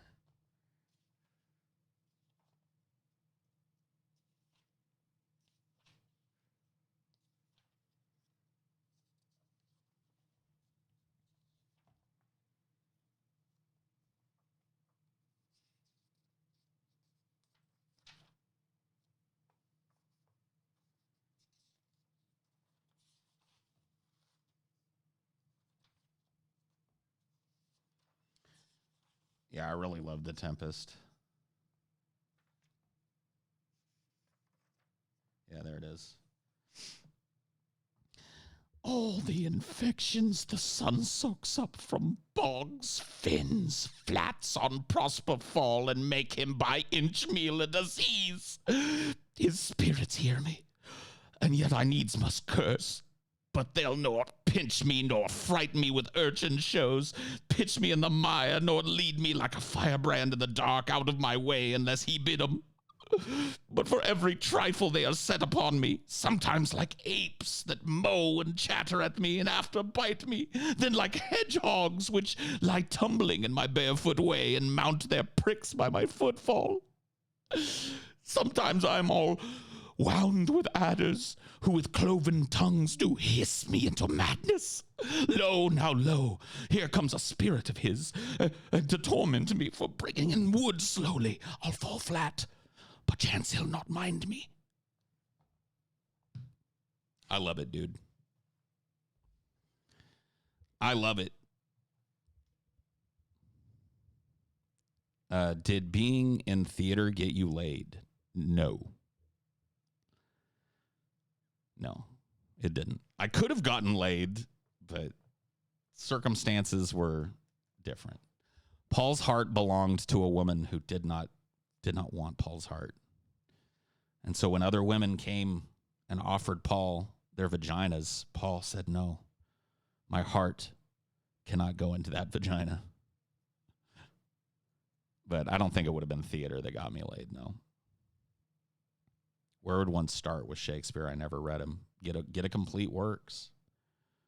I'm sure there's some great guides to Shakespeare, like Elizabethan English, and reading Shakespeare on YouTube.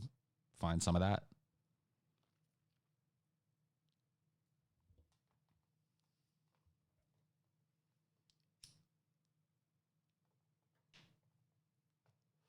Theater chicks are skanks. Okay, well, they are kind of, yeah. Not all of them, but some of them. Find some OP performance on YouTube and show the chat what it sounded like. Oh, some original pronunciation performance. Okay. Yeah, we can listen to some of it. I'll try and find some.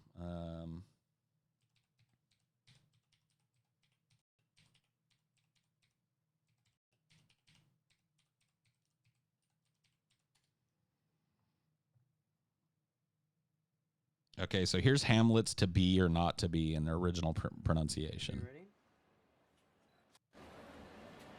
And just take your time, Ben.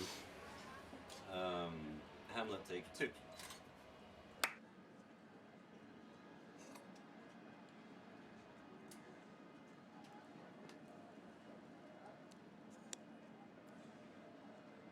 To be or not to be, that is the question. Whether it is nobler in the mind to suffer the slings and arrows of outrageous fortune, or to take arms against, essay troubles, and by opposing, end them. To die, to slay, no more, and by a slave to say we end the heartache and 1,000 natural shocks that flesh is heir to. 'Tis a consummation devoutly to be wished. To die, to sleep perchance to dream, aye, there's the rub. For in that sleep of death, what dreams may come when we have shuffled off this mortal coil must give us pause. There's the respect that makes calamity a so long life, for who would bear the whips and scorns of time? The oppressor's wrong, The poor man's contumely, the pangs of disprized love, the law's delay, the insolence of office, and the spurns that Pacian merit the unworthy takes when he himself might his quietus make with a bare body. So I'm gonna pause it here real quick. It's because it's really interesting. The chat was right, but accidentally. So somebody said, okay, so basically Irish accent is the correct accent, and then the next person, Kimberly, says sounds Scottish. You guys are both right and both wrong. This is the accent that presages all those accents. It's not West Country English. It's not Irish. It's not Scottish. It's Old English, or Middle English, as they call it. So this is Middle English accent. So this is the accent in which broke off and became an Irish accent and became a fucking Scottish accent and became what the hell is this pretentious garbage? Bye. Who would these fathers bear to grunt and sweat under a weary life? But that the threat of something after death, the undiscovered country from whose bourne no traveller returns, puzzles the will, and makes us rather bear those ills we have than fly to others that we know not of. Thus, conscience doth make cords of us all, and thus the native hue of resolution is sicklied o'er with the pale cast of thought and enterprises of great pith and moment with this regard. Let currents turn awry.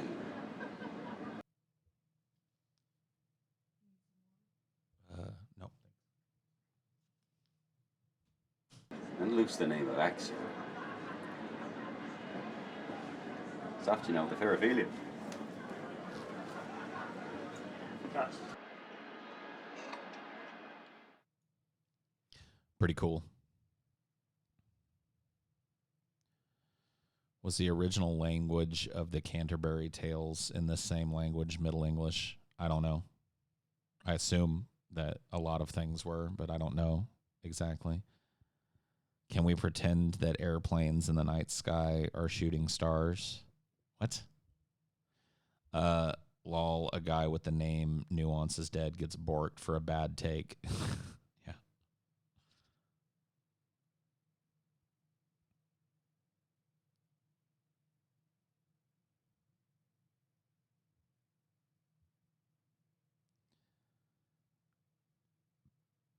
Would this be early modern English? Supposed to be mid 1600s? I don't know, dude.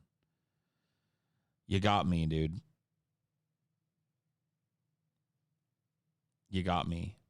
The original pronunciation is a mystery to me. It doesn't sound Irish. It doesn't sound Scottish, but it does. It doesn't sound high British. It doesn't sound low British, but it does. It's a very strange accent.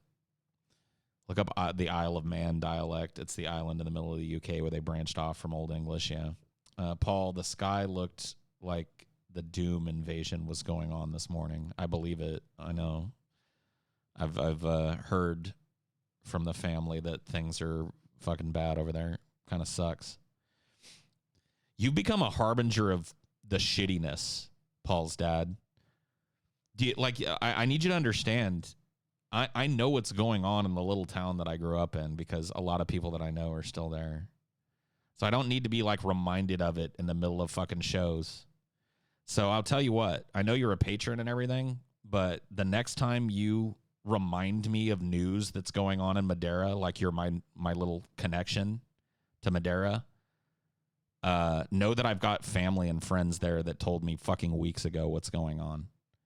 And I don't need to be reminded of all the horrible things going on around the time or around the place that I grew up. So if you keep doing it, I'm just going to fucking ban you. Patron or no? How's that? Patron or no? Grew up in my hometown or no? I don't need to hear bad news from my fucking hometown every time I'm streaming. You're in the fucking patron streams doing it too. So you can come at me like a normal fucking viewer of my show, or you can get your ass fucking banned. Because the fact that you're born in the same fucking town as me was interesting for me for about 5 seconds, and it seems to be really interesting for you in an ongoing way. I hope that was direct enough.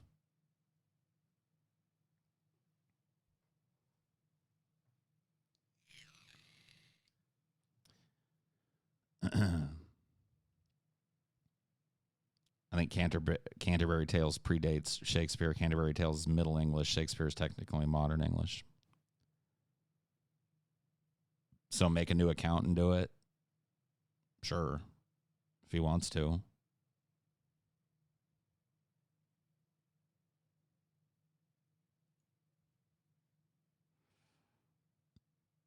In the middle of that speech, you talked shit.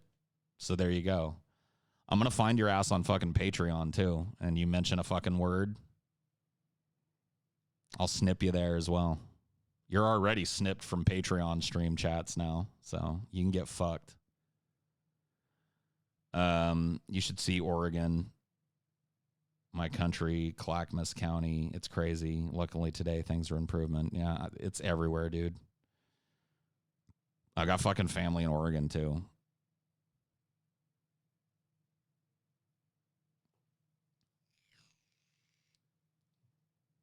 $5 poorer. Start my own podcast.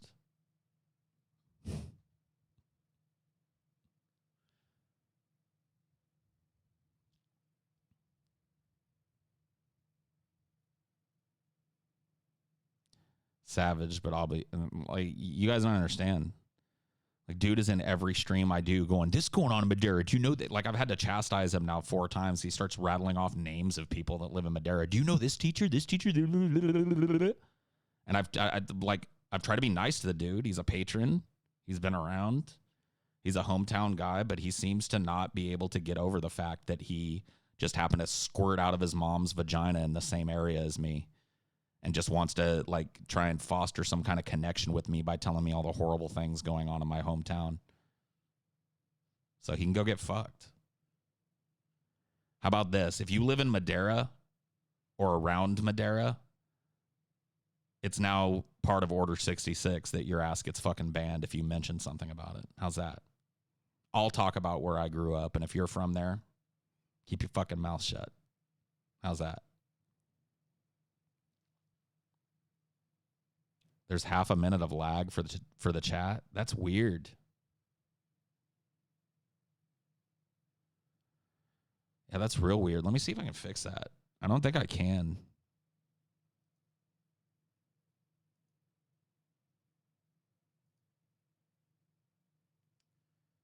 But I'll try. Let's see. Can I edit it?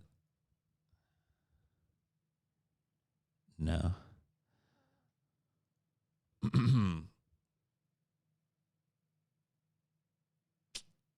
Yeah, that kind of sucks. Yeah, usually I have it turned to fucking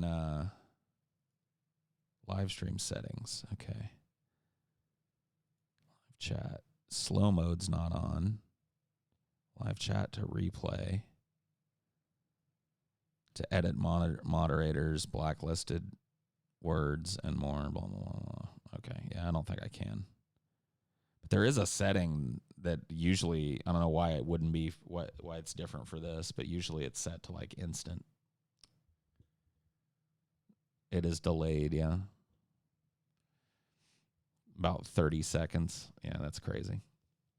Well, I'll fix it for next stream. It's just a setting. I think it's because I scheduled this one and didn't release it normally so that I could do the preview and everything and set everything up.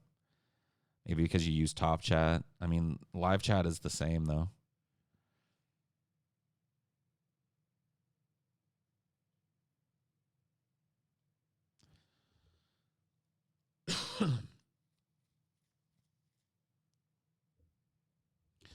How far from Madera, California would I have to be born to chat? No. That's not what I'm saying. I'm just saying if you're from there, don't talk to me about it. Because I know people there and I don't need a friend on the ground in my old hometown. You know, what's going on in Madera County, California is not national news, so I don't need to hear about it in my fucking stream. Like I said, I knew about it fucking 10 days ago.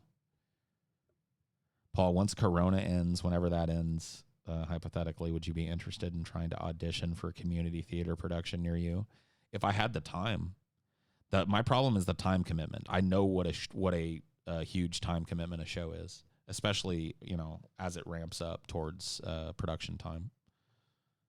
And my job is a huge time commitment. We were working 6 days a week. We found a way to cram it all into 5 days a week, but it's 5 days a week of being in front of the camera and performing vocal shit. So like my voice would be in shit quality for the play because I talk for a living. So it's like taking Paul as he normally is and then just getting the shittier voice version of him because he's screaming all the time on his own show.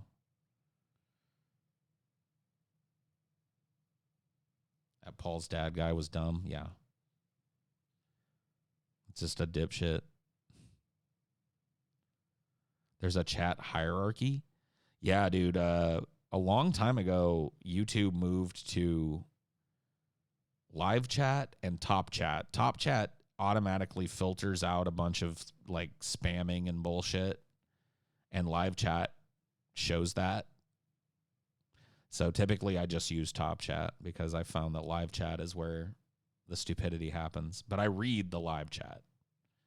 So I've got top chat up on screen so that there's no people like you spamming the N-word over and over again that shows up on the stream. But I keep live chat open over here.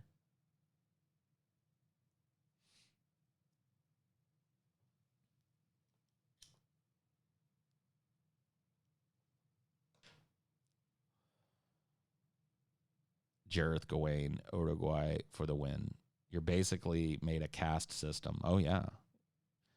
Yeah, YouTube loves to segregate people from other people.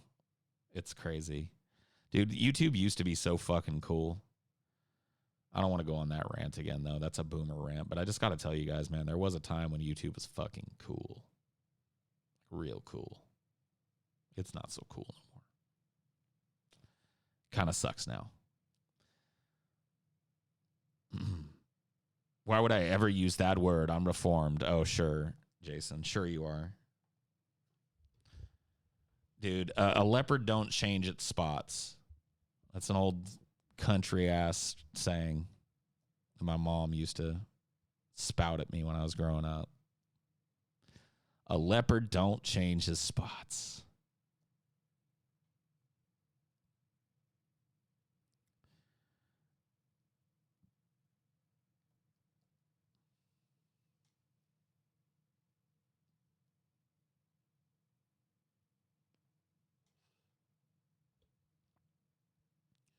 I remember people complaining about YouTube every year since 2007, pretty much.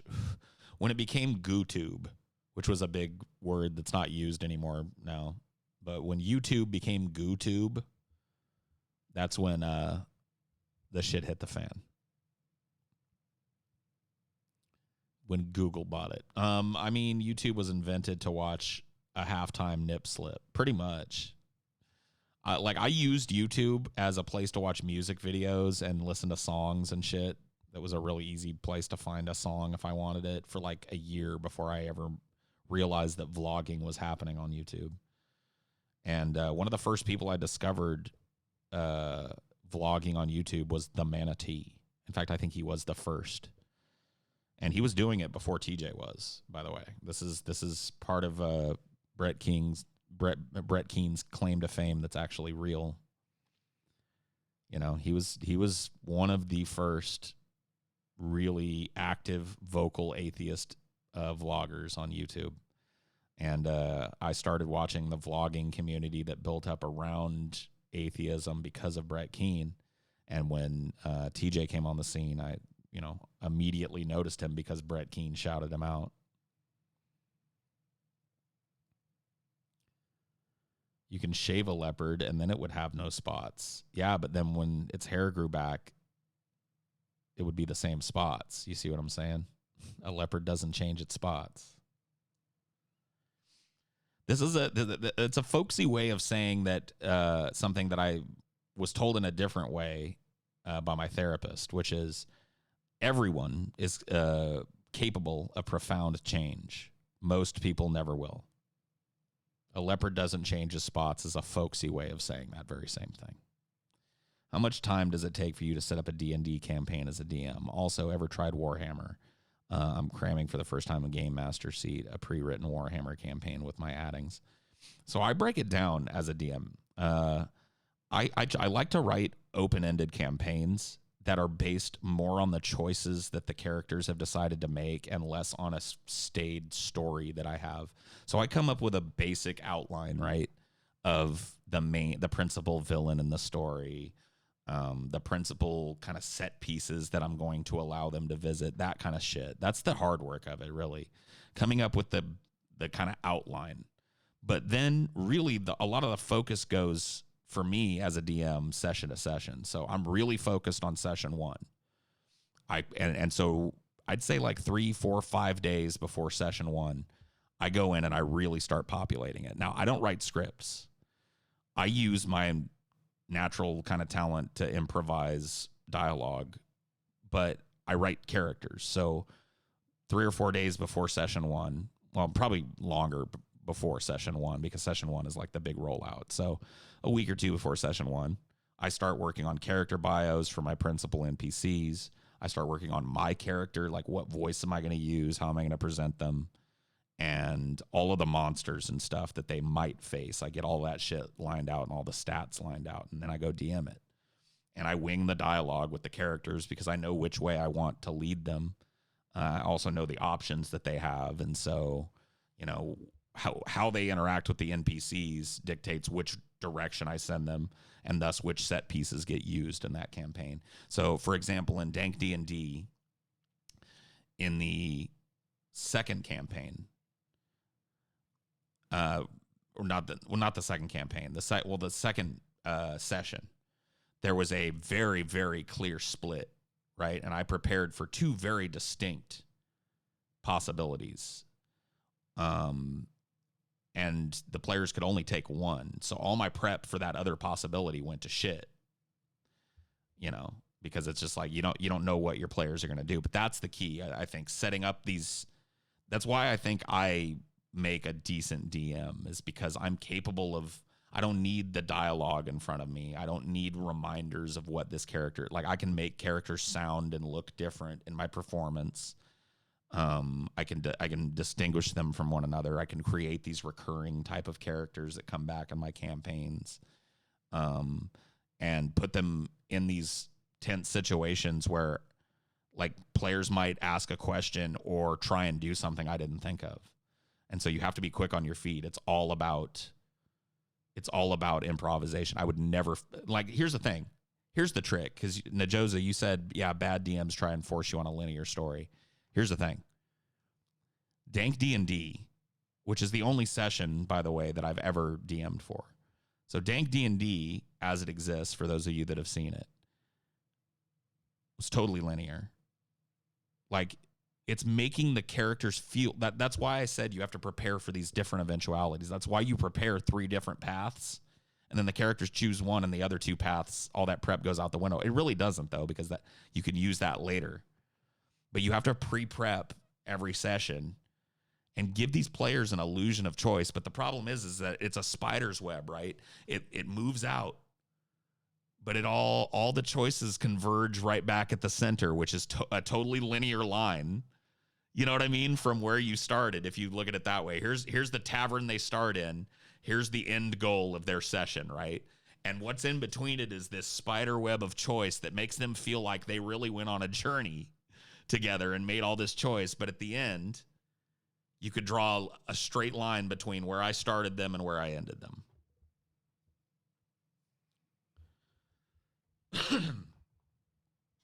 If you're making a show, it has to be linear.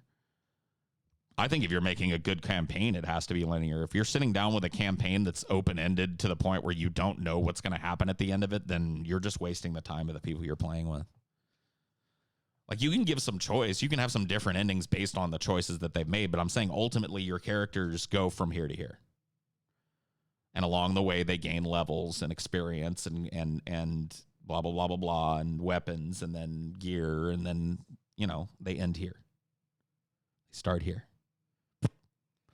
And a good DM is someone who can populate that center line, and instead of making it a linear line that they're like a hallway they're walking through, populates it with forests and dungeons and deserts and boat rides and rides on airships and crazy fucking cities underground and all this crazy, caves and dungeons and dragons and all that shit. My favorite quote was made by Gary Gygax, who basically invented Dungeons and Dragons. Now, there's some controversy that there was some other game system that he based it on that came before. But Gary Gygax, the spiritual, if not absolute, creator of tabletop gaming. And my favorite quote by him is, the only rule of Dungeons and Dragons is that there are no rules to Dungeons and Dragons. I have so much trouble with Dungeons and Dragons.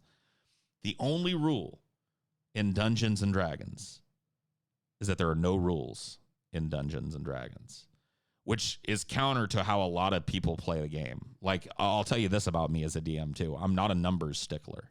Like, I keep in mind what people are doing, but really combat is more about the choices the players make and less about the 90,000 billion mechanics in the background. I choose not to focus on that.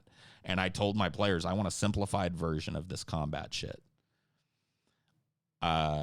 We added layers of complexity as we went on, but that's how I taught them how to play. We started with very rudimentary combat, and then I layered distancing, and then I layered different stuff in as they were learning. But I never want to be one of those, like, dudes that's got his fucking, well, hold on, stop play. Actually, hold on, let me consult. Yes, your third roll is actually invalid, because in this instance, you're standing on stone ground, which puts you at a -1 disadvantage. Like, I understand those types of rules are what make the game fun for some people, but not for me. Like, that is confining to me. I want them to just get to fight. It's more about them and their flourish. They have to use their skills and their spells and stuff, but you get my drift.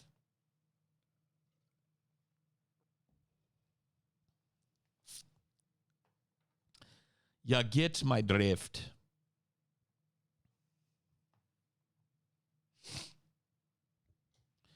The rule book is more of a guideline. I mean, it's not even really that. It's like an introduction. The rule book for D&D, I see it, and Pathfinder, which is really the system that we use, not D&D. But it doesn't really matter. They're basically the same. I mean, there's some stark differences if you want to be a rule monger about it, but they're a framework for fantasy tabletop role playing. So Pathfinder is the one that we use. It's like an introduction.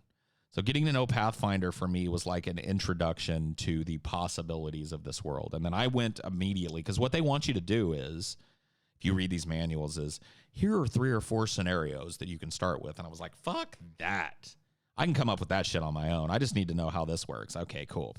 So I learned the very basics of combat and blah, blah, blah, monster types and weapon types and shit. And I decided what I was going to use and what I wasn't. And I started immediately ripping that rule book to shreds. Not literally, figuratively.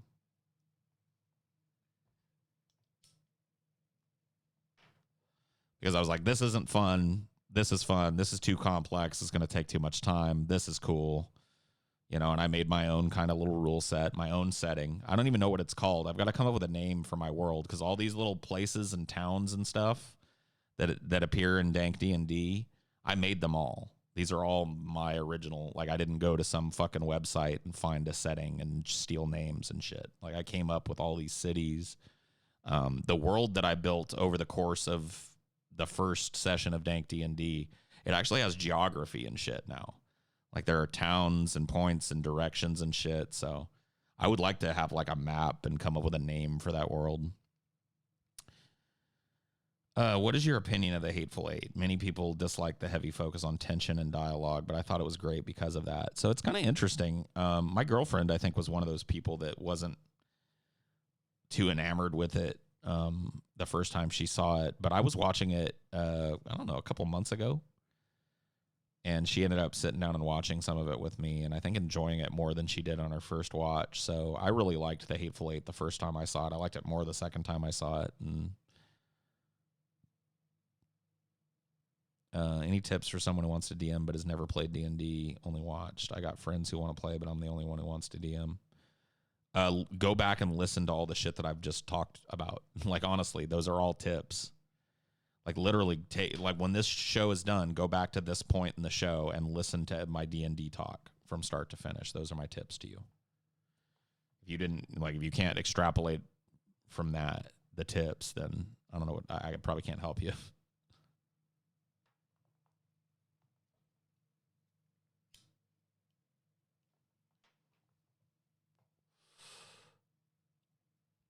Quitting gaming is hard, but worth it.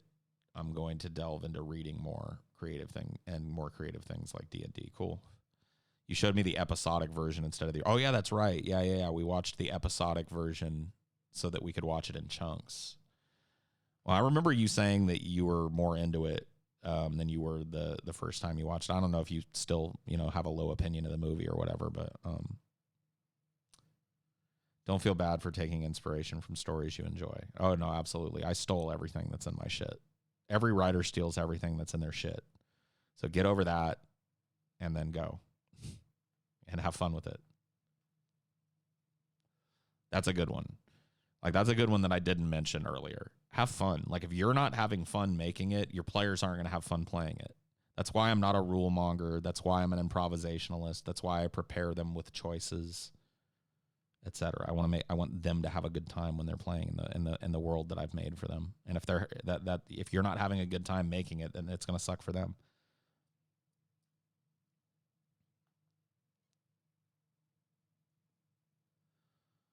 I'm reading God Emperor of Dune right now. It's funny how this series almost evolves into a parody of itself. I mean, I don't know that I necessarily agree.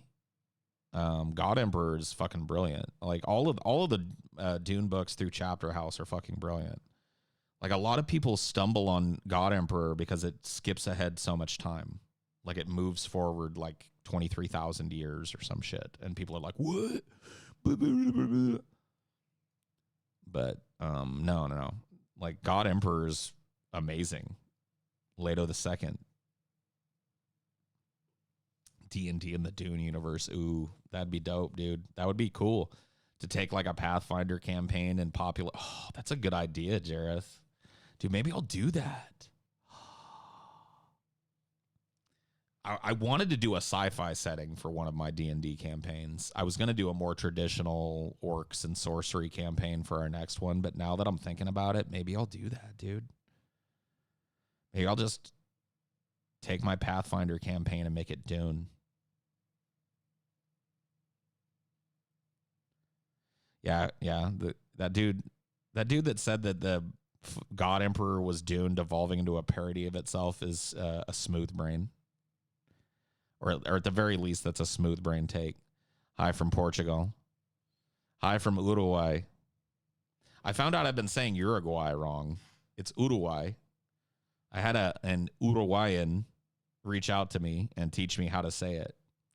So you pronounce the name of the country Uruguay. So there you go. How do you like that? I think Star Wars D&D might be better. Well, yeah, dude, we can do anything. See, I've already talked to the guys about this shit. Like, I want to do one set in the Alien universe. I want to do one set in the Star Wars universe. I want to do one set in Star Trek and actually have Scotty run that one, because Scotty's interested in trying his hand at DMing, and I know TJ is too.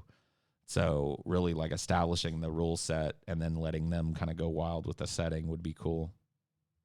Uruguay. Yep, Uruguay.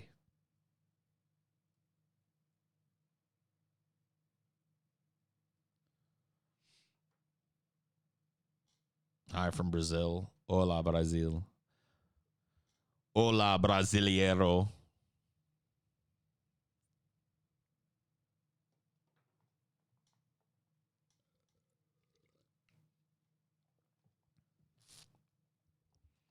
An Aliens campaign. Yeah. Dune, I hadn't thought of using Dune as a setting. I think having a Dune setting would be like really amazing, because I could come up with some classes and shit and really, like, the thing is like with Dune, I would have to limit them in the setting.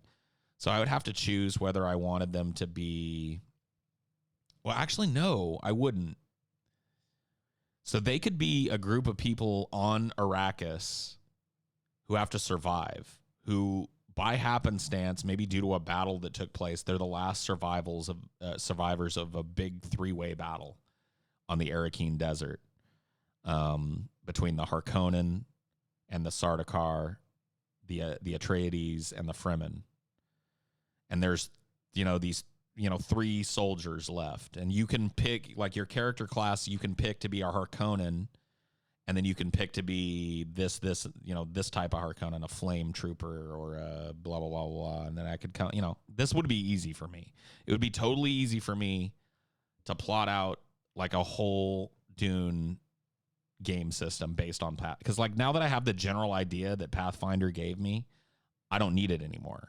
Like I need it for like stats and shit, but I would find creatures in Pathfinder and just translate them to creatures and encounters on Arrakis, etc. You know what I mean? So I would use it more as just like a reference tool to build upon. So yeah, you could be a Harkonnen, but you could be like a Mentat, or you could be a Blade Master, or a Flame Troop, or a Sardaukar troop, or a Diplomat, or you could be an Atreides gunner, or an Atreides shield fighter, or an Atreides aristocrat, or you could be a Fremen ranger, or a Fremen worm specialist, or a Fremen, water harvester, or whatever the fuck. You just come up with 3 or 4 choices per house, come up with the basic template for that character based on an already existent Pathfinder or D&D template for a warrior or a gunslinger or whatever, and you just steal and adapt. You know what I mean? Take the guts out of Pathfinder and shove it into Dune, basically. Uruguay. Should I try and read some of the books before I see the Dune movie? I mean, I don't see why you wouldn't. But you don't have to. I mean, you can just wait for the movie if you want. But I don't think it would ruin anything for you to read the books. It might up your expectations for the movie, which might be a little dangerous, depending on how it turns out.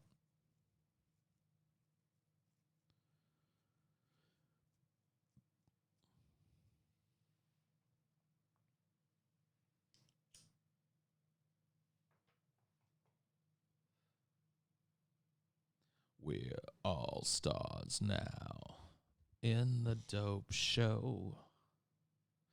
All right, well, I think I'm going to go ahead and end the old stream now. This has been a fun one. Thank you guys for coming and chilling. Yo, Paul, love your work. Never knew you're so into Michael Jackson. Odds we see a DFF equals Michael Jackson. Also, DFF equals Michael Jackson versus Prince. Could be cool. Okay. Well, yeah, maybe. I don't know. Yeah, thank you guys for chilling. It's been cool. Thanks to everybody who donated. Thanks to everybody who just, stopped by and watched. Have a good one. I'll see you next time.